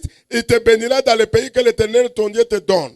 Kwa sababu anasema Mungu ataruhusu baraka iwe nawe katika makampuni, katika vitunga Est-ce que les vyako, katika francophones vous pouvez écouter? sisi wa Kifaransa wa francophone tunaweza sikia Je ne cesserai de vous le dire. na sitachoka Les gens qui kuambia voyagent, les mamans Thérèse, les docteurs, tous ceux qui voyagent en tant que chrétiens, watu ambao wanasafiri wa Kristo ils savent très bien comment les anglophones prospèrent. wanajua namna gani wa anglofone wanafaulu. Je dis bien, y compris les païens, Na sema vizuri, ingawa na y wapagani compris les musulmans. na Waislamu Ils savent que donner à l'homme de Dieu ou donner à l'œuvre de Dieu, ça fait prospérer. wanajua ya kwamba kupana kwa kazi ya Mungu ama kwa mtumishi wa Mungu inafanya mtu endelee. Je vous ai dit à Lomé, Niliwaambia à Palome, chaque anglophone m'invite. kila mara anglofone alikuwa akiniita. Oh, la joie est immense, même si tu m'appelais pour faire une grande croisade ou bien une grande convention dans un pays francophone, je n'irai pas. Furaha ilikuwa kubwa sana, lakini ukiniita hata nifanye mkutano mkubwa kwa nchi ya Parce que chez les Wafrankophone, anglophones, kwa sababu kukuwa quand on parle anglophone, de l'argent, tu vois les gens commencent à sortir, tu penses qu'ils rentrent pour aller rester à la maison. Ils partent pour aller amener encore l'argent. wakizungumzia pesa kanisani utafikiri watu J'ai wanarudi donné nyumbani le kwa témoignage naenda au kama- docteur Didier. na nilisikia ushuhuda ya Vous- Dr. Non, c'est moi qui lui donnais le témoignage. Mimi ndio nilikuwa nikimpatia ushuhuda. Vous connaissez tous l'homme qui est à la Haine maintenant au Nigeria qu'on appelle Joshua Seleman. Ule Qui mtu le ambaye suit? anajulikana leo huko Nigeria, Joshua C'est un homme aujourd'hui qui est un jeune, ni qui kijana est en train d'utiliser puissamment et qui est dans la sainte doctrine. ambaye Mungu iko Il n'est même pas encore marié. hajawahi hata kuoa. Ce n'est pas qu'il n'a pas l'âge. Hein. Sio kusema hana amri ya kuoa. Ça étonne même plusieurs qu'il ne soit pas marié. Na inatisha sasa wengi ambaye J'ai suivi kama un jour yao. son témoignage. Na siku moja nilifuata Parce que ushuhuda. ça fait, je disais au docteur, ça fait 5-6 ans, même sur YouTube, ce message était audio. Kwa sababu nilikuwa naambia hata daktari inafanya miaka 6 ujumbe yake kwenye C'était rare. ilikuwa tu ya sauti. Moi, je l'ai suivi la première fois. Son église, c'était en clé, c'est-à-dire le tôle est en haut, les murs, c'est comme des bambous. Nilimfuataka mara ya kwanza, nikaona kanisa yake iko manjanja juu matete, donc Les membres étaient le nombre qui est là. watu walikuwa kama hesabu yetu hivi. Maintenant, un jour, Lakini siku moja, hey, Dieu est bon. Mungu ni mwema. Il faut dire, Dieu est très bon. Mungu ni mwema sana. Cet homme est allé prier quelque part. Huyu mtu akaenda kuomba fasi fulani, Et à la fin de ces 7 jours, na mwisho ya siku yake 7 il y avait le pasteur Christoya Kilomé que tout le monde connaît. kulikuwa mchungaji Chris wa Kilome, kila mtu anamjua. Il était en train de faire un programme dans le milieu là. Alikuwa na mpango pale nafasi ambayo yule ndugu À alikuwa, la fin, le Saint-Esprit lui dit, na kwa mwisho Roho Mtakatifu akamwambia, j'ai été exaucé, mais il faut aller recevoir la dernière couche de tes bénédictions dans ce programme. umekwisha kumaliza yote, lakini uende upokee sehemu ya mwisho ya mpango yako. À l'époque, Kwa wakati ule il n'avait rien. Même les habits, c'était très difficile. hakukuwa na kitu, hata mavazi ilikuwa vigumu. Il est venu à l'église. Akaja Il kanisani, était assis derrière. alikuwa na keti nyuma, Il est venu avec son sac d'habits alikuwa anakuja na shakosi yake manguo, parce qu'il doit retourner à la maison. kwa sababu atarudi nyumbani, Mais il n'a aucun rond. lakini hana hata kitu. Il a juste le transport pour rentrer. Alikuwa tu na kulipa basi. L'homme de Dieu a prêché. Na ule mtumishi wa Et Mungu à la fin, il dit, kwa mwisho akasema ceux qui veulent semer dans le ministère, wanataka kupanda juu ya huduma, pour l'œuvre de Dieu, juu ya kazi ya Mungu, ils n'ont qu'à venir devant. wakuje mbele. Il a commencé à lutter avec lui-même. Akaanza kupigana naye mwenyewe. Mais c'est le transport là qui me reste. Sasa ni hii tu transport ndio inanibaki. Est-ce que quand Dieu a demandé à Abraham de donner son enfant, il ne savait pas que c'est le seul enfant qu'il avait? Wakati Mungu alimuomba Ibrahimu, akujua kama ni mtoto mmoja ndio kunaye. Il a lutté. Akapingana. Si je donne ça, comment je vais rentrer? Nikapana itarudi namna gani? Ce genre de témoignage, ça se passe. Presque tous les pasteurs, ils vivent ça. Na inawezekana hata wachungaji wote Ce n'est pas wanaishi. qu'inawezekana. C'est ce qui existe. Ni yale J'ai inakuwa. vécu ça, j'entends plusieurs pasteurs témoigner la même chose. Niliishi ile na nimesikia kila mara wachungaji wanapana hiyo shuhuda. Et le monsieur a pris son sac. Na huyu ndugu akachukua sake yake. C'est tout ce qu'il a. Ndio yenye kunayo. Parce que dans son cœur, Kwa sababu kwa moyo wake il aimerait donner même une maison. alikuwa anapenda pane hata nyumba. Dieu le garde le cœur.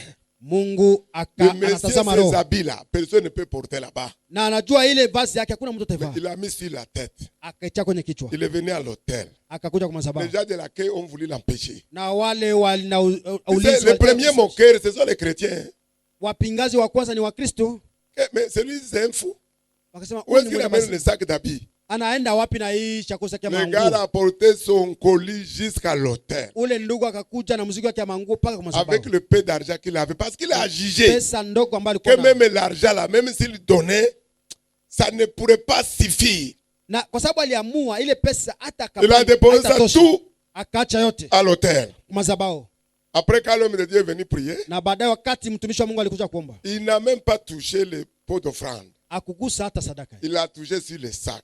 Aligusa kwa ile saki. Il dit que cet homme à qui appartiennent ces sacs, Akasema huyu mwenye isaki à partir de maintenant dans ce temple, toka sasa hii wakati kwa kanisa hili. qu'est-ce qu'il avait amené à prier? Nini mumpelekaka aombe? Les membres n'augmentaient pas dans l'église pendant plus de 4 ans. Watu hakukuwa naongezeka kanisa kwa miaka 4. 50 à 60 personnes, c'est tout. Watu 50, 60 Ils mwisho. ne paient pas la dîme ni l'offrande. Abalipe moja 10 na Le sadaka. travail de Dieu s'arrête. Na kazi ya Mungu ikasimama. L'homme de Dieu a prononcé les paroles. Na huyu mtumishi wa Mungu Qu'à akakiri partir maneno de maintenant, ya kwamba toka sasa la voie est libre au monde entier pour toi. na njia imefunguka uko huru dunia L'argent nzima sera kwako. toujours à ta recherche. Pesa itakutafuta Au nom de Jésus. kwa jina la Yesu. Une courte prière. Maombi mafupi. Si vous ne savez pas Kama mjue ce qu'on appelle l'onction, yale inaitwa upako. cet homme, après la prière, il y avait un homme dans l'église Na huyu mtu kisha kanisa ibada à kulikuwa qui mtu Dieu a kanisa, mis à cœur. ambaye Mungu aliweka katika moyo Va wake. donner à mon serviteur l'argent. Uende patia mtumishi On lui a wangu donné pesa. l'argent l'équivalent de 15 000 $. Wakamupatia sehemu ya 15,000 Pour sa toute première fois dans le ministère, ili mara ya kwanza kwa huduma il va recevoir cet argent. akapokea ile Il pesa. est sorti. Akatoka Une maman s'est présentée. mama mwingine akasimama, Et une maman pour lui dire que je prends en charge, va dans telle boutique à Lagos, je prends en charge 8 costumes. kumwambia kwamba nimechukua ile jukumu ya kuzia Et les chaussures. koti na Et Dieu viatu, m'a dit, je vais t'habiller pendant une année. na Mungu ameniambia atakuvalisha kwa muda wa Le gars miaka est moja. parti. Ule ndugu akaenda Dans l'église, moins de 2 mois. mwa kanisa kwa miezi Dieu 2. a envoyé des investisseurs qui ont l'argent. Mungu akatuma watu ambao wako na pesa. Vous qui les suivez, Ninyi ambao Vous voyez mmefuata, le temple qu'il a. mnaona Le hekalu ambao temple kuna prend 22 000 personnes. inakuwa na watu Ça ne fait 22,000. pas 8 ans. Haiyafanya C'est plus de miaka 15 ans. Mais quand il témoigne aujourd'hui, na anaposhuhudia leo, parce qu'il a souffert, kwa sababu alitabika, il est toujours humble. iko tu Regarde, upole. te dit qu'il y a quelqu'un qui l'a appelé. Na huyu ndugu anasema kuna mtu ambaye Une alimuita boutique d'habits. duka ya mavazi. Que Dieu m'a dit de t'habiller, de ne plus jamais acheter les habits. En Europe, hein? Huku Ulaya mtu anamwambia, Mungu anamwambia nikuvalishe usiuzake Il nguo. dit, je ne prends aucun rôle de la dîme ou des offrandes pour l'œuvre de Dieu, mais l'argent que je reçois, je dépasse même l'église. Anasema hatukuwake hata hii moja ya 10, lakini pesa anayo anapokea. Il dit qu'il ne sait même pas comment les gens parviennent à connaître son numéro de compte bancaire. Na anasema ajue namna gani watu wanajua hata namba yake ya benki. Ça fait un mois, Na mwezi moja une entreprise l'a appelé na kampuni moja kamwita pour lui dire tout simplement, ili mwambie tu, nous voulons que tu sois juste membre du conseil d'administration. tunataka uwe tu mmoja ya viongozi. On ne va pas te demander de venir dans nos réunions, Hatutakuwa na kuambia ukuja kwenye mais mamikutano tu yetu, seras comme le tabernacle de Dieu dans notre entreprise. lakini utakuwa kama vile mazabao ya Mungu kwa kampuni yetu. Tu es comme un symbole pour nous. Utakuwa kama vile uko mfano. Après 8 mois, Kisha là, miezi c'est mnane, une grande entreprise qui a des milliards. ni kampuni kubwa na pesa kubwa. L'entreprise est venue témoigner. Na ile kampuni ikakuja Eh kushuhudia. bien, homme de Dieu, Anasema mtumishi wa Dieu Mungu, nous a dit, Mungu ametuambia partout là où tu veux une maison dans toutes les villes de la terre. Mahali Je ne dis pas le pays, dans toutes les villes là où tu veux. mahali popote mji yote ya duniani kwenye unataka kuwa na nyumba. Mais regardez l'homme avec la sagesse de Dieu. Na hekima ya Mungu, mtumishi wa Mungu. Il a dit, s'il vous a parlé de mes maisons, ce n'était pas mes maisons, ce sont ses maisons à lui. Na anasema kama aliwazungumzia juu ya manyumba yangu, sio manyumba yangu, ni À manyumba partir zake. d'aujourd'hui, Toka leo j'ai une urgence pour mettre une église en Indonésie. niko na waraka ya kutia nyumba huku C'est Indonesia. vous qui allez construire. Ni nyinyi Il mtajenga. a ouvert une église en Angleterre. Amefungua kanisa Ceux qui ont acheté. Angleterre. Wale Il a wali ouvert une église aux États-Unis. anafungua kanisa États-Unis. Aujourd'hui, il a la garantie. Oh Seigneur, accorde-moi cette grâce. Parce qu'aujourd'hui, il travaille sans rien. Il va seulement parce qu'il est sûr que l'entreprise va construire. Kwa sababu leo anakuwa na ile uhakika kwamba anajua anatumika kwa upole, anajua Parce kampuni itajenga. qu'il est rentré en contact avec l'onction d'un homme de Dieu qui a prononcé deux mots sur son sac, que tout le monde se moquait et le gars est devenu, il est au top aujourd'hui. Na leo anakuwa juu sana. Alléluia. Amen. Le gars est dans les prières tous les jours, il a oublié même qu'il doit se marier. Na alisahabu, anakasahabu hata kama anaweza kuoa. Je vous ajoute ce témoignage. Ni nawaongezea hiyo Si vous ne ushuhuda. le saviez pas, Kama il y a ceux qui hamjui. le connaissent. Le grand homme riche là, du Nigeria, Dangote. Na huyu mtajiri wa kwanza huku Nigeria, Ça, ce n'est pas quelqu'un qui a raconté. C'est Dangote lui-même qui le témoigne partout. ni yeye ndio mwenyewe anapana ile ushuhuda mahali popote. Dangote n'est pas chrétien. Sio haiko Mkristo, C'est un musulman. ni Muislamu. Un jour, Siku moja, l'homme de Dieu qu'on appelle T.L. Osborne, na ule mtumishi wa Mungu ambaye wanamuita T.S. le grand évangéliste là, na huyu mwinjilisti mkubwa, il est venu au Nigeria, l'état de l'homme de Dieu là qui est décédé, qui avait convoqué les sorciers du monde. Benson et Daoussa. alifikaka wakati Merci. yule Dausa, Benson Dausa. Et voilà qu'il y a une urgence. T.L. Osborne doit retourner très vite aux États-Unis. Na kulikuwa uharaka ambaye Tesbone ilipasa arudi États-Unis. Ils sont allés à l'aéroport. Wakaenda kwenye uwanja wa Parce ndege. qu'ils se sont. T.L. Osborne, tout le monde qui le sait, Dieu lui parlait beaucoup. Kila mtu anamjua, Mungu alikuwa Il anamzungumza. est allé à l'aéroport. Wakaenda kwenye Il uwanja y wa avait ndege. un vol direct qui doit passer par Na l'Angleterre. kulikuwa ndege ambayo inaenda mara moja huko Angleterre. Et Daoussa a supplié. Na Udausa Il n'y avait pas akamsihi. de place. Hakukuwa nafasi. Il y a un homme qu'on appelle Dangote. À l'époque, il n'avait rien. Kuna mtu ambaye anaitwa Dangote wakati ule C'est dans hakukuwa les na kitu. années 85. Kwa wakati ile 85 Dangote sort de l'avion. na ule ndugu akatoka kwenye ndege. Il dit, je sais de ma place. Akasema anaacha nafasi Pour yangu que l'homme de Dieu puisse partir. ili mtumishi wa Mungu aende. Théolos, on a tourné vers lui. Na huyu ndugu Il dit Tesbone qu'on dirait que c'est toi qui fais que je sois à l'aéroport. na Quand il akasema a fixé seulement, wakati alimtazama il lui a dit que tu seras l'homme le plus riche sur tous les continents. akamwambia utakuwa mtajiri, mtu mtajiri juu ya kontina Ne yote. faut pas regarder ce que tu as aujourd'hui. Usitazame yale ambayo unakuwa nayo Tout leo. le monde entier te connaîtra. Dunia nzima itakujua. Aujourd'hui, il est qui? Leo uko nani? C'est au travers seulement cette parole prononcée sur sa vie. Kupitia tu neno ambayo ilikiri kwa ajili Tu ya peux prier pour ta famille et qu'on dit que ta famille est pauvre. Unaweza kuomba Dieu na kujua t'a kama sauvé pour changer véritablement la situation dans ta famille. Mungu alikokoa tu ubadilishe hali ya jamaa yako. Comme Dieu te dit qu'il te distinguera de tous les hommes sur la terre. Kama vile Mungu anasema atakutofautisha na watu wote duniani. Non, on était sur le point 6. Tulikuwa Quand tu dois identifier le lieu de ta conquête là. Kutambua mahali yako ya Et ushindi. qui ordonna la bénédiction d'être avec toi tous les jours. Na ataruhusu baraka iwe pamoja nawe kila siku. Partout tu arrives, il faut bénir les gens. Mahali popote unafika inabidi Tu ubariki. seras surpris des témoignages que tu vas entendre. Utashangazwa na Les ushuhuda. les gens souffrent cruellement. Watu wanataabika kwa uasi. Quand tu arrives dans chaque maison, ne sors pas sans prier. Unapofika kwa kila nyumba usitoke bila Tu n'as kuomba. pas besoin qu'on te parle de leurs problèmes. Na hawana haja ya kuambia Tu pries seulement. wewe omba tu. Tu seras surpris, on viendra te dire que le jour où tu priais, il y a les paroles qui sont sorties de ta bouche. C'était la solution à notre situation. Utashangaza siku moja nakwambia wakati ulifikaka ukiomba kuna maneno litokaka ukinywa yako ikaleta suluhisho katika shida yao. J'ai dit tu dois connaître les œuvres pour lesquelles Dieu t'appelle. Nasema inabidi ujue kazi fulani ambayo Mungu Une fois tu les connais maintenant, tu dois aller conquérir avec assurance ton territoire. na sasa utakuwa na uhakika ya kwenda sasa kupiganisha kushinda. Si tu arrives sur ton lieu, unapofika mahali pako, rappelez-vous que Dieu avait dit à Josué, kumbukeni ya kwamba Mungu aliambia Yoshua, partout là où les plans de tes pieds fouleront, je te les donne comme mahali possession. popote mguu wako utakanyaka, Partout là où le pied d'un enfant de Dieu arrive, mahali popote ambapo mkulu ya Mungu c'est la possession au nom de Jésus. ni mahali yako kwa jina la Nous Yesu. sommes en alliance avec la terre à cause de Job chapitre 5, le verset 21 jusqu'à 23. Tuko na agano na udongo kwa sababu ya Ayubu 5. Parce que la Bible dit, tu peux marcher même parmi les animaux, il ne te fera aucun mal, parce que la terre ne permettra pas que tu sois touché à cause de l'alliance avec le sang de Jésus que tu as avec la terre. Na kwa sababu Biblia inasema utaweza kutembea hata kwenye porini kumanyama hautararuriwa kwa sababu agano inakuwa na udongo na wewe. À condition que tu obéisses à la voix de l'Éternel. Shuti utii On n'a sauti pas ya dit Bwana d'aller wako. te livrer aux animaux qui ne te feront aucun mal parce que tu es un enfant de Dieu. Aba kusema wende uditupe On kumanyama. dit quand tu te haitafanya retrouves mbaya. dans les circonstances, Inamaanisha unakutikana katika ou tu hali te fulani, retrouves au milieu mazingira. d'eux, Ama unakutikana mahali pao. par la langue du Père. Sema kwa lugha ya Et le baba. Père va déployer son armée pour te sauver. Na baba atatilia jeshi yake ili Je viens de kukuokoa. l'Afrique de l'Ouest, j'ai entendu plusieurs témoignages de personnes libérées par les terroristes.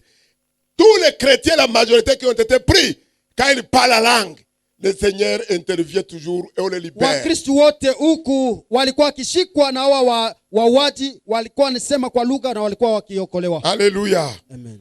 Ce n'est pas le moment de revenir ça. J'ai expérimenté ça plusieurs fois. Na nimeishi ile mara nyingi. Je me suis retrouvé dans les situations la nuit difficiles. Nilikutikana katika hali ya usiku Je n'ai pas mwangu. besoin de crier fort. Sina haja ya kulalamika. Au moment où il me pousse, je cours. Ilibidi niombe pole pole tu. Entre eux, ils commencent maintenant à ne plus s'entendre sur mon cas. Katikati yao wakaanza sasa kunisikia. Ça ne dure pas. Moins de 3 minutes seulement. Haikawi yake kwa dakika Le 3. ciel envoie ses secours parce que Dieu connaît la voix de son fils. Na mbingu inatuma msaada kwa sababu Mungu anajua sauti ya mwana Il wake. va intervenir pour tous les combats dans lesquels tu te trouves au nom de Jésus. Na ataingia katika vita ambavyo unapatikana kwayo katika jina Tu la Yesu. seras pour l'Éternel un peuple saint, comme il te l'a juré lorsque tu observeras les commandements de l'Éternel ton Dieu et tu marcheras dans ses voies. Utakuwa kwa Bwana taifa takatifu wakati utatii shuti zake. Quand on dit que tu seras un peuple saint, ça c'était dans l'Ancien Testament, toi tu es sais pas la mort de Christ à la croix. Hii ilikuwa katika agano la kale, lakini leo wewe unakuwa mtakatifu kupitia Ce Yesu n'est Kristo. pas toi-même qui as choisi d'être saint. Sio wewe mwenyewe ulichagua Tu uwe es mtakatifu. devenu la justice de Dieu. Umefanyikwa haki ya Mungu. Et c'est pourquoi Ndio maana Dieu te distinguera de tous les hommes sur la terre. Mungu atakutofautisha na watu wote Ta duniani. situation présente n'a rien à voir avec la destinée que Dieu te réserve. Hali yako ya sasa haina hata ripoti na ile ambayo Mungu Tu anakuandalia. es en train de marcher vers véritablement ton Canaan. Uko Tu es en train de marcher unaelekea vers l'excellence. uko unaelekea katika kanisa. L'Esprit de Dieu te conduit et tu ne rateras pas ces rendez-vous divins. Roho ya Mungu iko nakuongoza, Il hutakosa te place de jour au lendemain, les difficultés peuvent venir. na shida inaweza fika. Mais il y a la foi qui te dit ne crains pas, je suis avec toi. Lakini kuna sauti Ne inakwambia tourne usiogope, pas tes regards inquiets, je suis avec toi. Je usihangaike. ne t'ai pas appelé pour m'adorer en veille. Sikukuita Je unaabudu suis kwa ton bure. Dieu dès le commencement je suis le même aujourd'hui éternellement. Niko Mungu wako toka mwanzo. Pourquoi tu tournes tes regards inquiets? Kwa nini Je suis ton Père et je suis ton Dieu. Ne crains pas de ce que tu entends et de ce que tu vois. Usiogope kwa Parce que je suis au-dessus des circonstances et des kwa sababu situations. niko juu ya mazingira na hali yote. Si j'étais avec Josué, Kama nilikuwa na Yoshua, je n'habitais pas en lui. sikukuwa naishi Je le ndani yake. visitais de temps en temps. Nilikuwa na Mais pour toi, j'étais choisi comme être mon tabernacle. lakini wewe nilikuchagua Tu es wewe devenu un temple de Dieu vivant. unakuwa Tu es l'adresse de l'éternel. unakuwa noani wa Il y milele, a des adresses de Dieu. unakuwa noani wa Il y a Mungu, le lieu céleste dans ton cœur. una mahali pa juu iko katika moyo Si tu wako. es devenu la maison de Dieu, Kama umekuwa hekalu la ne Mungu, crains pas, les bénédictions sont obligées de te suivre partout. baraka inashurutika kukufuata mahali popote, Mais tu dois accepter. lakini utakubali. Il y a un temps pour toutes choses. Kuna muda, Il y a un temps de durer dans la vallée de l'ombre de la mort. kila wakati, Il y a un temps de vivre les humiliations. kuna muda, Il y a un temps de vivre les moqueries. kuna wakati, Il y a un temps de vivre les combats. kuna wakati, Il y a un temps de vivre les choses mauvaises. kuna wakati, Mais il y a un temps de la célébration. kuna wakati ya Quand kushangilia. Jésus est mort, Wakati ya le siku vendredi, le diable s'est réjoui. siku ya tano Le shetani samedi, alifurahi. ils ont dansé. Siku ya sita Mais ils ne wakafurahi. savaient pas que le dimanche viendrait. Hawakujua kama siku Quand ya le Mungu dimanche est arrivé, wakati siku ya Mungu il y ilikuja, avait la célébration dans l'autre cas. kulikuwa Et kushangilia. dans le cas de Satan, c'était le pleurs et les larmes. Kambi ya shetani kulikuwa Et kilio. c'est pourquoi je peux te rassurer. Ndio maana naweza Ce que kuhakikishia tu traverses aujourd'hui, yale ça n'a rien à voir avec ce que Dieu te réserve demain. hailingamani hata na yale Mungu Les anakuandalia kesho. circonstances ne sont pas la vérité. Majira sio Les kweli, circonstances sont éphémères. muda ni Mais mfupi, la vérité dure pour toujours. lakini kweli Et la inadumu kila bénédiction de leo, Dieu ne sera jamais suivie de na chagrin. baraka ya Mungu Tu seras haitasindikizwa béni na à ton uchungu. arrivée. Utakuwa Tu seras mwanzo, béni à ton départ. utabarikiwa kutoka Si tu kwako. obéis la voix de l'éternel, Ukitii sauti ya Mungu d'ailleurs tu wako l'as obéi, c'est pourquoi tu es assis ce matin. na ulitii, ndio maana umeketi Je hii saa. proclame que tu vas sortir de cette situation au nom de Ni Jésus. makiri ya kwamba Tu utakuwa reçois kwenye cette parole dans ton esprit, mais unapokea neno katika roho yako. ne reçois pas cette parole dans tes pensées. Usipokee hii neno Reçois la kwa parole dans ton esprit. pokea neno kwa Que roho cette yako, parole t'élève au nom de Jésus. na hii neno kinue kwa jina la Cette Yesu, parole te met à part. ikutie kando. Dieu veut te distinguer de tes collègues. Mungu Il atakutofautisha veut na marafiki mettre un zako. tampon sur toi. Haleluya. Et le ciel entend la voix de l'éternel. Mbingu isikia jina la Que Bwana la terre célèbre ses louanges. na udongo Tu seras célébré en ville, tu seras célébré à la maison. utamshangilia Tu seras nyumbani, célébré au travail, tu seras célébré dans ta famille. utashangiliwa Parce katika qu'il y a un temps pour toutes choses. kwa sababu kila kitu na Ne wakati crains wake. pas. Usiogope. Dieu est avec toi.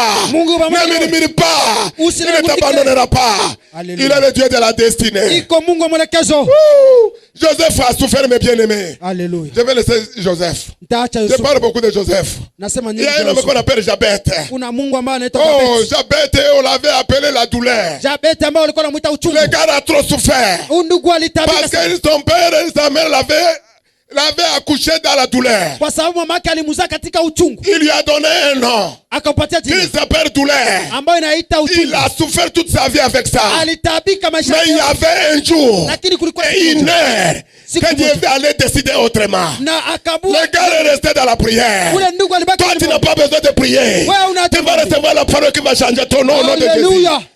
Tu n'auras pas besoin de prier. Hautakuwa na haja Quand ya tu kuomba. reçois la parole dans ton esprit, Unapopokea neno tu katika ne roho yako, seras plus appelé douleur, hautaitwa ni uchungu difficulté, ama mashida, mais tu seras appelé un peuple nouveau. lakini utaitwa Tu taifa portes mpya. le diadème de Dieu. C'est Unabeba les armes de la Mungu. justice. Haki Le ya Mungu. manteau de Dieu se repose sur toi. Wewe Mungu C'est ni l'adresse kiatu de Dieu Tout-Puissant. Wewe ni anwani Je ya vois Mungu les mwenye portes s'ouvrir pour toi. Haleluya. Je vois les opportunités devant toi. Katika muda mzuri Au nom de Jésus. Amen. Écoutez, Sikia. David était dans les champs. Daudi alikuwa kwenye Il était derrière les moutons. alikuwa On akilima, est venu, on a envoyé le prophète. wakamtumia nabii. Le prophète d'aujourd'hui disait qu'il ne peut pas se tromper. Manabii wa leo wanajua kama Ah, on peut se tromper à tout moment. wanaweza C'est danganyika. le Dieu qui ne se trompe pas. Ni Mungu tu ndio Il a anadanganyika. envoyé Samuel. Wakatuma Samueli, Va oindre mon serviteur. wewe ndio paka mafuta mtumishi wangu. Le papa du jeune homme. Baba wa Il a Daudi présenté le premier. akaonesha wa kwanza, Parce qu'il est de grande taille. yeye iko pomba, Il est très bon. iko mzuri. Mais Dieu dit, Mungu akasema ah, je l'ai rejeté. ni mtupa ule, C'est pas lui. sio yeye. On a amené les deux. Wakaleta wa pili, Le trois. watatu. Quand on a fini la liste, Wakati walimaliza watu ambao walikuwa kwenye Dieu nyumba, dit, Mungu akasema il y a quelqu'un encore. kuna mwingine Regardez comme il était méprisé par la famille jusqu'à ce que le jour où on doit oindre quelqu'un, lui doit être derrière les moutons. Namuna gani ona giza alikuwa alizarauka na jamaa hata siku Mungu anatuma mtu yeko tu. J'ai dit que Dieu connaît ton adresse. Najua kwamba Mungu Dieu savait très bien qu'il était dans les champs. Yeye alikuwa kwenye Il savait très bien qu'il était derrière les moutons. alikuwa nyuma kondoo. Il est rentré, on est allé l'appeler. Wakaenda muita. Parce que la cérémonie ne peut pas Kwa s'arrêter. sababu karamu Le haita. gars est venu Na undugu avec les odeurs des moutons, akakuja na harufu avec ya- les urines ya des moutons. mbuzi. Mais quand l'onction l'a touché, Lakini wakati quand les yeux du prophète l'a vu, wakati upako Dieu lui a dit, Mungu akamwambia, il n'a même pas dit que c'est lui. akusema ni yeye. Il a dit, wele. Akasema mpaka. Alléluia. Amen. Parce que c'était une opportunité pour ne pas rater. Kwa sababu ilikuwa muda Dieu va dire à Samuel, Mungu akamwambia toi tu as regardé, même si tu es prophète, tu as regardé la taille. wako nabii uliangalia Moi je regarde le cœur. mimi naona roho. Quel que soit ce que les hommes peuvent dire de toi, Ingawa yote watu wanaweza Dieu kusema connaît kwa ton cœur. Mungu anajua Il moyo connaît wako. bien ton cœur que tout le monde. Anajua moyo wako Ils n'ont qu'à te donner le nom qu'ils veulent. anataka Mais kukupatia ce jina matin, Bwana. ce nom est supprimé au nom de Jésus. Lakini asubuhi ile Tu ne jina peux pas limefutwa kwa porter jina la ce nom et continuer à vivre le nom que les gens te donnent. hautaishi ile jina Ce ambalo n'est pas les hommes qui vont déterminer la destinée de ma vie. sio watu ambao watamaliza mwelekezo ya maisha yangu. Mon nom est inscrit dans le livre de vie. Na jina yangu imeandikwa Et katika dans le kitabu cha livre de uzima. vie, c'est la paix, c'est la joie, c'est la Katika prospérité. kitabu ya uzima ni c'est furaha, la ni victoire. amani, ni ushindi. Et la Bible dit que je suis le membre du corps du Na Christ. Biblia inasema na kuwa Si je kiungo suis le kile- membre de ce corps, comment je peux continuer à vivre ces problèmes? Haleluya. Oh, Rabo Shakapa. Écoutez comment l'onction peut te créer des problèmes. Sikia namna gani upako utaweza kuletea shida. Il y a eu un problème maintenant en Israël. Kukakuwa shida Ils Israeli. sont en guerre. Wako kwenye vita. Il y a un monsieur qu'on appelle Goliath qui va défier toute une armée. Kwa ndugu moya Goliath kuna tusi taifa yote. Le jeune homme était derrière ses moutons. Na ule ndugu alikuwa nyuma ya kondoo tu. Dieu va créer une situation. Mungu Il arrive à la maison. Anafika nyumbani. Dieu lui dit, Mungu tu vas anamwambia, apporter à manger à tes frères pour baba savoir, yake anamwambia, pour t'enquérir de ce qui se passe sur le champ de bataille. utapelekewa ndugu yako chakula kwenye Le mapambano ya petit est vita. parti. Na gari On akaenda. a dévié l'armée d'Israël. Walikuwa wanadharau jeshi ya Israeli. Même les rois ne dorment plus à cause de la peur. Hata mfalme hakukuwa analala tena juu ya woga Le Sauli. petit arrive. Na ule kijana akafika. C'est l'identité, c'est l'image de nos familles aujourd'hui. Ni anuani picha ya majamaa yetu leo. Chaque fois que tu dis par la foi, Kila mara unasema kwa imani, je vais réussir parmi les milliardaires de cette ville, je ferai partie. wakati Celui-là, il unasema oublie là où il est takuwa né. mwenye pesa kwa miongoni ya wale watakuwa banasa, Il ne faut pas les écouter. utatosha hayo wapi? Ils parlent selon ce qu'ils vivent et selon la limitation qui est Usiwasikie. tout autour d'eux. Wanasema kulingana na Toi, yale tu ambao adores un wanaona. Dieu illimité. Wewe unabudu Mungu ambaye siko na mipaka. Pourquoi toi-même tu vas mettre les clôtures Kwa autour de ta nini wewe destinée? mwenyewe utatia vimambazi kwa Quand il kila est mtu? arrivé devant ses frères, Wakati alifika kwa ndugu zake, au lieu de se réjouir que oh, tu es courageux, tu es venu au front pour nous kuliko apporter à manger. wafurahi waambie huko na bidii unatuletea Toi, c'est chakula. ton orgueil qui t'a amené ici. Wakamwambia wewe kiburi yako Tu ne nakuleta vois pas ce que nous vivons. au uone ambacho tunaishi. Israël est foutu. Ka Israeli iko chini. Le petit va leur dire, Na huyu kijana atawaambia, moi je vais voir le roi. mimi taona mfalme. Je dois vaincre ces circoncis. Tashinda huyu asiyetari. Les gars reconnaissaient celui qui était avec lui derrière les moutons. Na huyu ndugu alikuwa anajua ule ambaye alikuwa naye nyuma ya Un kondoo. lion est venu attaquer une de ses brebis. Simba alikuja kutafuta Il l'a kukamata moja ya déchiré kondoo. avec les mains. Akampasua À na cause de mikono. l'onction de Dieu sur sa vie. Kupitia upako wa Mungu. L'ours est venu. Dubu ikaja. Personne ne le voyait. Hein. Hakuna mtu alikuwa Jésus anamuona. dit quand il venait témoigner ça à la maison, il disait, ah, toi c'est ton orgueil. Na angekiaka kushuhudia ile nyumbani wakisema kuna kwanga na Un menteur kujipendeza. comme ça. Mwongo Toi wewe. tu peux tuer un lion. Wewe unaweza ua simba Avec les mains. na mikono Avec l'ours. na dubu. Menteur. Mwongo. C'est le jour-là Ni ile siku que Dieu a décidé Mungu aliamua de l'exposer devant maintenant toute kumwacha une nation. hadharani sasa mbele ya taifa Tu lote. sais quand tu restes longtemps dans la vallée de l'humiliation, Unajua unapobaki le jour katika où Dieu te bonde ya visite, dharau, wakati il Mungu fera tout que atakushindilia. tous tes ennemis soient présents. Atafanya yote madui wako hata mmoja Il asikufe ne na faut ndevu. jamais dire qu'ils meurent. Ils n'ont qu'à vivre pour voir la gloire de Dieu pour ta vie. Uombe wasikufe, waishi waone tukufu. S'ils ne vivent pas, il ne va pas dresser la table. Kama waishi Il hawataandaa a dit meza. que la table sera dressée devant tes adversaires. Akasema tandaa meza mbele ya Je madui ne zako. vais jamais prier pour la mort de mes ennemis. Siwezi kuomba hata siku moja Non, kifo il cha faut qu'ils madui vivent, zangu. qu'ils voient la gloire de Dieu dans ma vie. Waishi wao ndio watakuwa Et maua. quand ils le verront, ils vont connaître le Dieu de mon salut. Wakati wataona wataamini Mungu Le jeune wako. homme est allé vers le roi. Na akaenda kuona mfalme. Le petit est terrible. Hein? Ukijana Le roi yetu lui na dit, bidii. Akamwambia, celui qui va vaincre ces circoncis-là, atakayeshinda huyu asiyetahiriwa. je vais lui donner ma fille. Wa kwanza ni Le mwanamke. petit a dit, aujourd'hui là, Na kijana akasema njoo nilikuwa je natafuta vais kwanza. rentrer dans le palais. Nitarudi Je nyumbani. vais me marier avec une princesse. Nitaoa na na malkia. Ah, ses frères se sont mariés n'importe comment dans le désordre. Wa ndugu zake walioanaka kule na On watu se wengine. moquait de lui que toi tu n'as plus d'avenir. Tu es Walikuwa derrière les moutons. wanampinga, wewe hauna ujio Il nzuri. y a un temps pour toutes choses. Kila kitu na wakati Le temps de wake. David est arrivé. Wakati wa Daudi ulifika. Il a dit, Akasema David, le roi lui a donné tout son armement. mfalme akamupatia vazi yake yote ya vita. Bon, je vais imiter le petit, ce n'est pas écrit dans la Bible.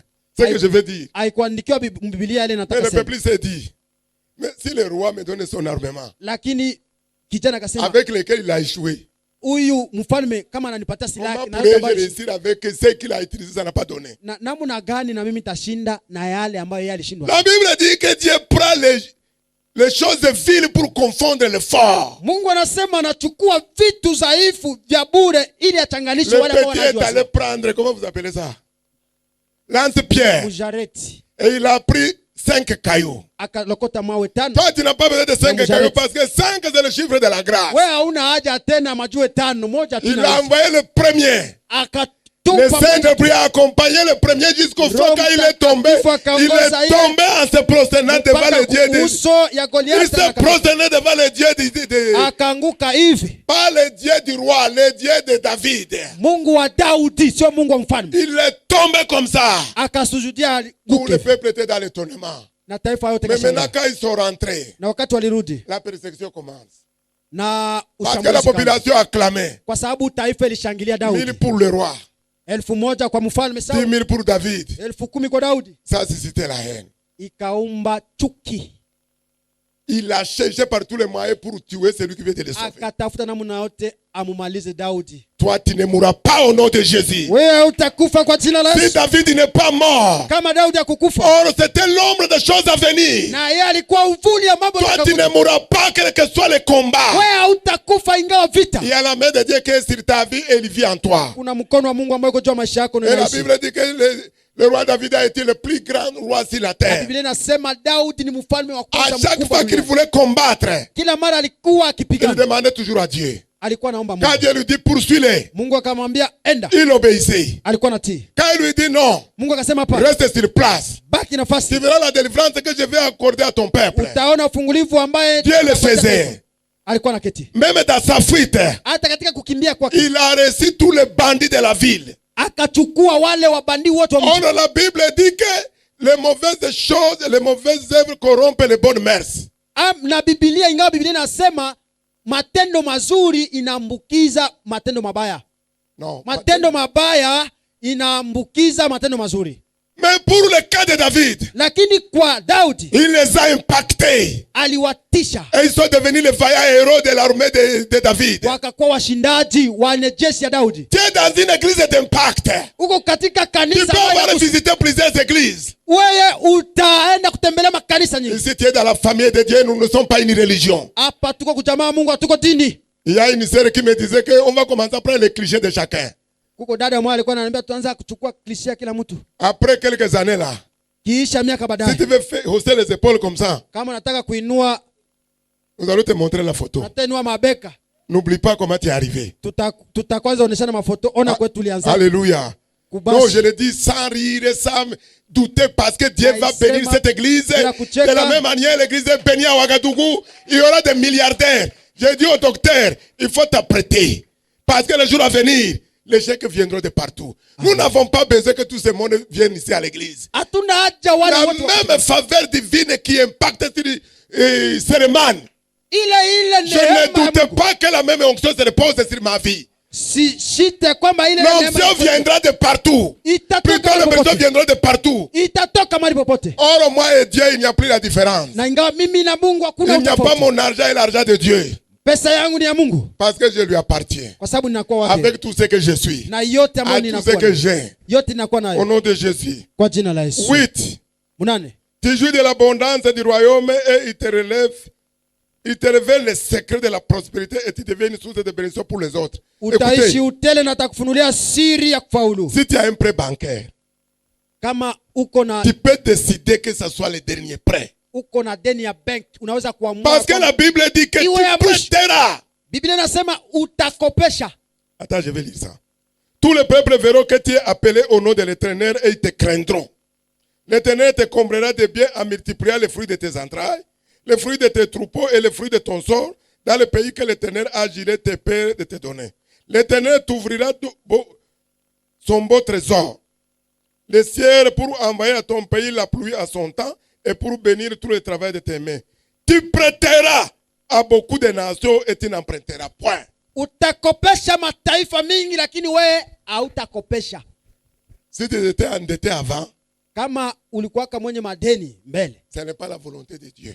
haiko mapenzi ya Mungu. Dieu te dit, Mungu anakuambia c'est toi qui dois donner, tu dois prêter. ni wewe ndio utakopesha watu. C'est à eux de venir vers l'abondance. Ni kwao kukuja Quand kukopesha Dieu wewe. a béni Abraham, il lui a dit, je te bénirai, tu seras une source de bénédiction pour les nations. Wakati Mungu alibariki Ibrahimu akamwambia utakuwa chemchemu ya baraka juu ya mataifa. Et il est aujourd'hui au nom de Jésus. Na uko leo kwa jina la Yesu.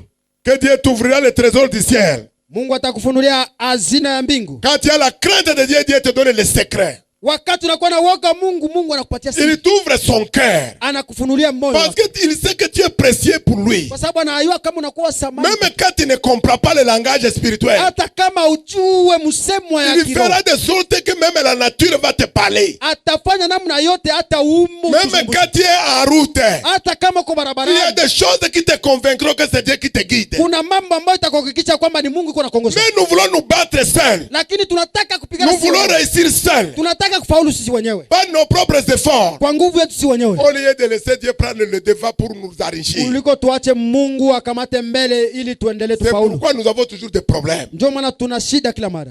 Tu commences une affaire, Unaanza jambo fulani Dieu tu ne l'as pas invité dedans, au kumwalika Mungu tu ne lui as rien donné même le 10%. au kumupa hata moja ya 10. Quand ça va chauffer là, Wakati bitachamuka, tu vas demander la prière ou bien toi-même tu vas commencer à prier. utaomba, utakuwa na haja ya maombi ama wewe Si mwenyewe tu as utaomba. l'oreille attentive, Kama una sikio ya kusikia, il va te dire qu'il y a des choses auxquelles tu n'obéis pas à ma voix. atakwambia kuna mambo ambaye hautii Je sauti t'ai yangu. placé là Nilikutia pale pour être une bénédiction. Dieu c'est le partenariat, c'est l'alliance. uwe baraka, ushirika. Joue ton rôle, il va jouer le sien. Fanya yako na kuhusu na yeye atafanya yake. Si tu ne le fais pas jouer, tu ne joues pas ton rôle, Kama ufanye yako na wewe kuhusu, il va te laisser continuer à te battre. atakuacha uendelee na kupigana wewe mwenyewe. Je disais à quelqu'un, Nilikuwa naambia mtu le plus grand héritage na urizi kubwa que je souhaite véritablement ambaye ninatamani à kweli laisser à mes enfants, ya kuachia watoto wangu c'est Christ. ni Kristo, Ce n'est pas l'argent. sio pesa. L'argent, je ne doute pas, ils en auront en abondance. Pesa sina mashaka watakuwa nayo Parce que tele. s'ils ont Dieu, Kwa sababu kama wako na Mungu, ils ont la crainte de Dieu. wanaoga Mungu, Personne ne les arrachera ce qui est pour eux. hakuna mtu ataondoa yale ambayo yanakuwa yao. Parce que Dieu a dit qu'ils deviendront les primaires de ses yeux. Kwa sababu Mungu anasema atakuwa ile jimbo ya jicho yao. Ils pourront dire comme le peuple d'Israël, Anaweza kusema kama vile taifa la le Israeli. père de notre papa Justin, Oh, baba wa Mungu ou wa bien Justin. le Dieu de notre grand-père Justin. Ama Mungu wa baba yetu Il mkubwa m'a Justin. promis de bénir jusqu'à 4e génération. Derrière moi, il n'y aura pas les malheureux, les mendiants, comme nous les avons hérités au nom de Jésus. Nyuma yangu hakutakuwa Il n'y aura aucun kama vile mendiant. tulirithi, Ni un hakutakuwa. commandeur qui va commander que là où il va dormir. Wakalombalomba hawatakuwa. Il a déposé tout en moi. Aliweka yote ndani yangu. Et je dois avant de quitter cette terre-là. Na ninaamini kabla Ils nitoka en katika auront en nchi, abondance jusqu'à ce que les enfants de leurs enfants en bénéficieront. watakuwa nayo tele mpaka watoto wa watoto Mais il y a une watoto wa watoto condition. wao watakuwa nayo. Il y a une condition. Lakini kuna shurti Ils moja. doivent connaître le Dieu de leur père. Inabidi wajue Mungu wa baba Ils yao. doivent connaître le Dieu de la source de ce qu'ils vont hériter. Watajua Mungu wa chemu ya yale ambayo wanarisi. Aujourd'hui, regardez. Leo tazama. Vous pouvez rester des milliards. Mnaweza kupokea, unaweza Vous pouvez kupokea avoir même mamilioni. seulement des enfants. Unaweza kuwa na watoto wawili. Ils vont s'entretuer dans cette richesse. Watauana juu ya ile utajiri. Quand ils n'ont pas la crainte de Dieu, Kama wana woga wa Mungu. s'ils ne s'entretuent pas, Kama hawauane wapigane. la famille élargie va les arracher ça. Na jamaa kubwa itawanyang'anya Vous hayo. connaissez nos familles, non? Tunajua majamaa yetu. Oh, je suis ton oncle. Oh, mimi ndio muyombaki nilimsomeshaka. C'est le plus grand diable qui puisse exister. Shetani mkubwa ambaye anaishi. Je m'arrête. Naishia pale. Mes enfants doivent connaître leurs oncles. Watoto Ils ont le tukataze même sang. Et ça s'arrête là. atujue jamaa kujuana Ça kudana. s'arrête là. Mebishie Ils pa. doivent les respecter. tunawaheshimu, wanapaswa Mais par kubaheshimu, rapport à l'argent, lakini kulingana na pesa c'est à eux de savoir. ni kwao kujua, Parce qu'ils ont plusieurs frères en Christ. kwa sababu Dieu les a wamekuja, donné une grande famille. Mungu amepatia Mais jamaa, les soi-disant oncles, lakini wale ambao ce wanaitwa sont des kusema criminels parce que j'ai vécu ça. wanoko wayomba ni Et waasi, si j'ai vécu ça, mes enfants ne vivront pas ça. na kama mimi nimeishi watoto wangu wataishi hayo. C'est des criminels. Ni wawaji Ils waasi, vont les dépouiller tout. watawanyang'anya yote. Ma femme est étrangère, non? Mke J'ai wangu ni dit si je mgeni, meurs premièrement. na naposema akikufa wa kwanza, Ah, c'est un vœu, je n'ai pas besoin de le révéler ici. ni siri, sina haja ya kuifunua. Ce n'est pas tout qu'il faut dire. Sio yote inabidi kusema. La véritable famille, c'est en Christ. Jamaa kamilifu ni Ton Kristo. frère qui est assis à côté de toi peut ne pas être d'accord avec toi, mais il a le même esprit que toi. Même quand il arrive à la maison, l'esprit lui dit ce que tu as fait, c'est pas bon. Il reviendra te demander pardon. Ndugu yako ambaye anaketi pembeni, hata kama kutoka naye jamaa moja, lakini mna roho moja naye nyumbani, anaweza kukwambia yale ambayo Nous ulifanya. avons une sio famille vizuri. et notre Père, c'est Dieu lui-même. Tunaishi jamaa moja na baba yetu ni Mungu. Mais tes frères que tu parles là et tes oncles là, Lakini bale bandugu yako surtout bayomba, quand ils ne sont pas sauvés, wale ambao waokolewe, ils sont plus dangereux même que le diable lui-même. wako ole sana kupitia hata shetani yeye Je mwenyewe. n'ai pas dit de les détester, de les haïr. Siseme wakimbie Mais utoke sois mjamaa, prudent parce qu'ils sont dangereux. lakini wako Les tantes. matata sana. Les tantes et les oncles. Wale washangazi Normalement, wao, dans notre famille, c'est comme ça. kwa kweli kwa jamaa yetu ni On vile. leur dit que moi, je suis de la famille de Dieu. Ubaambie kila mara amini kwa jamaa ya Mungu. La famille de Dieu suffit, c'est au-dessus de la famille terrestre là. Jamaa ya Mungu iko juu ya jamaa ya dunia. Quand ils vont mourir, ils ont refusé Jésus. Tu ne le verras plus jamais. Wakati utakufa nakataa Yesu, hautaona tena. Maintenant, c'est le verset que vous aimez. Tu seras la tête et non la queue. Ni andiko ambaye mnapenda. Cette position n'est pas de toi-même. Utakuwa kichwa bali mkia. C'est à toi de faire le choix. Ni kwako kufanya uamuzi. Le docteur a prêché sur le niveau spirituel de chaque enfant de Dieu. Na daktari alihubiri juu ya kiyango Il y a les ya bébés, kiroho ya kila mtoto wa Mungu. il y a les bébés, il y a les enfants adultes, il y a les grands. Kuna wachanga, watoto na wanaokomaa. Un bébé, Mtoto mchanga bien qu'il est dans le royaume, ingawa uko kwenye ufalme, la Bible dit qu'il n'est pas différent d'un esclave. na Biblia inasema yeye atafautishwe na mtu wa Un kazi. esclave n'a pas de droit. Mtu wa kazi hana haki, Il n'a pas de droit. hana haki, Mais quand il grandit, lakini wakati anakomaa il devient le fils. anakuwa mwana, Il peut dire, anaweza sema non, c'est assez. inazidi, Je connais qui est mon père. ninajua baba yangu ni Je nani, dois réclamer ce qui me revient. na tahitaji yale ambayo inakuwa Mais yangu. s'il demeure esclave, Lakini akadumu mtumwa, et pourtant il est dans le royaume. na ingawa iko kwenye ufalme. La Bible nous dit dans Luc 15, Biblia inatuambia kwa Luka si vous lisez 15, à partir du verset 17, ukisoma kwa mstari wa l'histoire de 17, l'enfant prodige. habari ya mwana mpotevu. Il avait pris tout son héritage. Alichukuaka yake sehemu Il yake est ya allé urithi, délapider ça. akaenda kuyaribu. Mais un jour, quand il a commencé à souffrir, Lakini siku moja wakati alianza kutaabika, la grâce pour lui, il est rentré en lui-même. neema kwake akadirudia kamo, Que je rentrerai chez mon père. akasema tarudi kwa baba Même yangu, si c'est pour être esclave. hata kama kuwa mtumwa, Parce qu'il a l'assurance que dans la maison de son père, il y a la nourriture. kwa sababu ana uhakika kwamba nyumbani mwa babake kuna Il est chakula. rentré à la maison. Alirudi Quand nyumbani, son père l'a vu de loin, wakati babake alimtazama il mbali, était ému de compassion. alikuwa akijazwa na Parce que huruma, son enfant était perdu. kwa sababu mtoto wake alikuwa Son akipotea. père lui a fait porter une robe blanche, Baba yake akamvalisha qui vazi est le nyeupe, symbole de la justice de Dieu. inakuwa alama ya haki ya Mungu. Il lui a donné un anneau. C'est la Akampatia nouvelle alliance dans la maison. akampatia bagi ya Il mpya, a inakuwa encore le gani? même droit que les autres enfants dans la maison. Na anakuwa na haki kama vile Il watoto lui a wote nyumbani. acheté les chaussures qui est l'autorité dans la maison. Akamuuzia viatu ambayo inakuwa mamlaka nyumbani. Mais il y avait son grand frère qui était esclave dans la maison. Lakini kulikuwa kaka yake ambaye alikuwa mtumwa nyumbani. Quand il a appris que le frère est arrivé, Wakati alisikia kwamba ndugu yake anarudi, qu'il y avait la fête à la maison, kulikuwa karamu nyumbani, il a commencé à se plaindre. akaanza Moi, je kulialia. suis avec toi, papa, tu n'as jamais organisé une fête. Na kwaka na wewe hapa baba hujawahi Mais il kuandaa était karamu. censé, ne savait pas que tout ce que son père a, c'était pour lui. Mais alikuwa mpumbavu kwa sababu alikuwa anajua yote ambayo babake alikuwa nayo alikuwa Voilà anajua. comment un esclave vit dans la maison de son père. Tazama namna Regardez mkazi son anaishi attitude. katika nyumba ya babake. Je demande que le Dieu nous aide. Ninaomba Mungu Qu'il n'y ait atusaidie jamais les chrétiens de ce genre dans cette église. kusikue wa Kristo ali Tu kama vois le hii nouveau kanisa. arrivé? Unaona mgeni anafika, Tout ton discours, ah, nous on est là depuis le début. Hein. maneno yako yote shie ndio tulianza Oh, kapa nous sommes des amis du pasteur, même avant quand il est arrivé. retrouver. Wewe ni wewe. Tu es venu depuis là. Ulikuja mwanzo. Tu es au même niveau. Uko kwele ile sehemu. Pour vanter que tu as des relations avec le pasteur. Kuona kwamba wewe una uhusiano sana na mchungaji. L'autre vient d'arriver. Huyu anakuya leo. Dieu l'a béni. Mungu anamubariki. Toi, tu es assis dans l'abaissement. Wewe unaikala kwa Dans la kufa. basse cour. Unaikaa mahali pa chini. Et toi, ta foi, c'est dire que tu connais ce qu'on a avec docteur Didier, Na ce wewe qu'on a unaanza avec Maman kusema Thérèse. wote ni On bapile était toujours yangu. ensemble. Tunaishi pamoja. Vous étiez ensemble, mais vous n'étiez pas dans la même Kwa classe. pamoja lakini mlikuwa kwa shule moja. Dans la maison de Dieu, Kwa kwa institut moja tu mlikuwa tout shule dépend moja. de ce que tu as décidé d'être.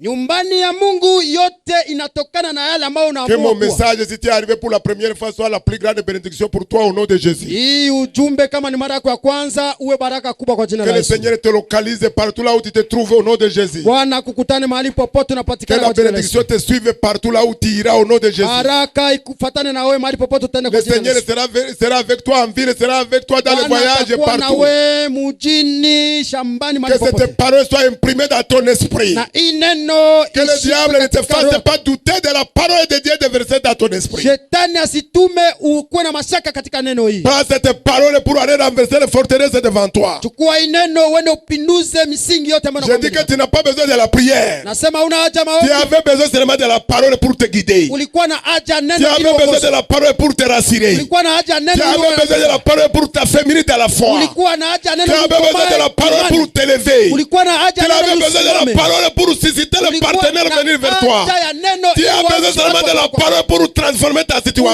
Ulikuwa na haja ya neno Tu as besoin de la kubadilisha hali parole yako. pour t'élever. Ulikuwa na haja ya neno ili Makando na usimame. mokapaka, tu peux te mettre debout. Indre kapo. Rekanda na mokapaka sakapo. Yokotro kapaka sikere mokapaka. Andra makapos. Yokotro kapaka sakapo. Merci Seigneur. Tu as tourné en rond longtemps. Umezunguka pasi moja Comme ça s'est passé avec le peuple d'Israël. kama vile taifa la Dieu Israeli. a dit, vous avez tourné longtemps autour de cette Mungu montagne. akasema mumedumu mmezunguka Voici pasi moja. maintenant le chemin marche Jésus. Tazama sasa Le njia. Seigneur s'adresse à quelqu'un. Bwana anajielekeza Tu kwa as mtu. déjà préféré la voie pour sortir de cette situation au nom de Jésus. Mungu amekwisha kuandaa njia ili utoke katika ile hali. Et tu vas avoir une connexion qui va te surprendre au nom de Jésus. Na utapata ukutano ambao Parce utakutisha que katika c'est le jina la Dieu Yesu. de connexion. Kwa sababu Mungu wetu ni mtu wa C'est le Dieu de réseau. Haleluya. C'est le Dieu de connexion. Ni Mungu wa C'est le kukutanisha. Dieu des opportunités. Ni Mungu wa muda mzuri. Si tu obéis à la voix de ce matin, Ukitii kwa sauti yake tu Yesu, vas rentrer dans ton repos au nom de Jésus. utaingia katika Que pumziko le kwa jina Seigneur la te Yesu. donne la paix du cœur. Haleluya. Qui te donne la paix du cœur. Akupatie kimya, Je ne amani te ya roho. connais pas. Sikujue. Mais celui qui te connaît, Lakini anayekujua il m'a dit, si ameniambia tu as la crainte de l'éternel, kama una woga wa Mungu tu vas construire ta maison sur la sagesse de Dieu. utajenga nyumba yako kwa kima ya Mungu Et ne sois pas comme ces insensés na usikuwe kama vile qui dit la sagesse est trop élevée pour lui. Haleluya. Au nom de Jésus, Amen. je vais prier pour toi. Taomba kwa ajili yako. Makarabo shakapaka. Rekatre kapako sokondorobo kapa. Yarabo sharaba inderebo kapa. Tu sais pourquoi tu m'as donné cette parole, Seigneur. Tu connais les besoins de la multitude dans cette assemblée. Ma prière ce matin, cet homme, tu le connectes véritablement à cette opportunité qui arrive au nom de Jésus. Qui ne rate pas ces rendez-vous. Et ils ont tourné un long temps autour de cette montagne. Tu leur demandes maintenant ce matin, d'ouvrir les yeux et regarde. La moisson est mûre. Les opportunités et les bénédictions t'attendent. Ouvre les yeux et regarde. Ouvre les yeux et regarde. La moisson de tes œuvres est déjà mûre. Toi, tu demandais à Dieu, à quel Seigneur. Il te dit, ouvre les yeux, vois. Ouvre les yeux, vois. J'ai tout terminé depuis le commencement. C'est pourquoi je t'appelle ce matin. Pour que tu entres dans ta destinée glorieuse au nom de Jésus. Cette parole va te guider. Cette parole va te conseiller. Cette parole est une prophétie pour toi. Cette parole sera imprimée dans ton esprit. Et rien ne viendra empêcher cette parole de s'accomplir au nom de Jésus. Seigneur, reçois toute la gloire, toute la magnificence au nom de Jésus. Amen. Amen.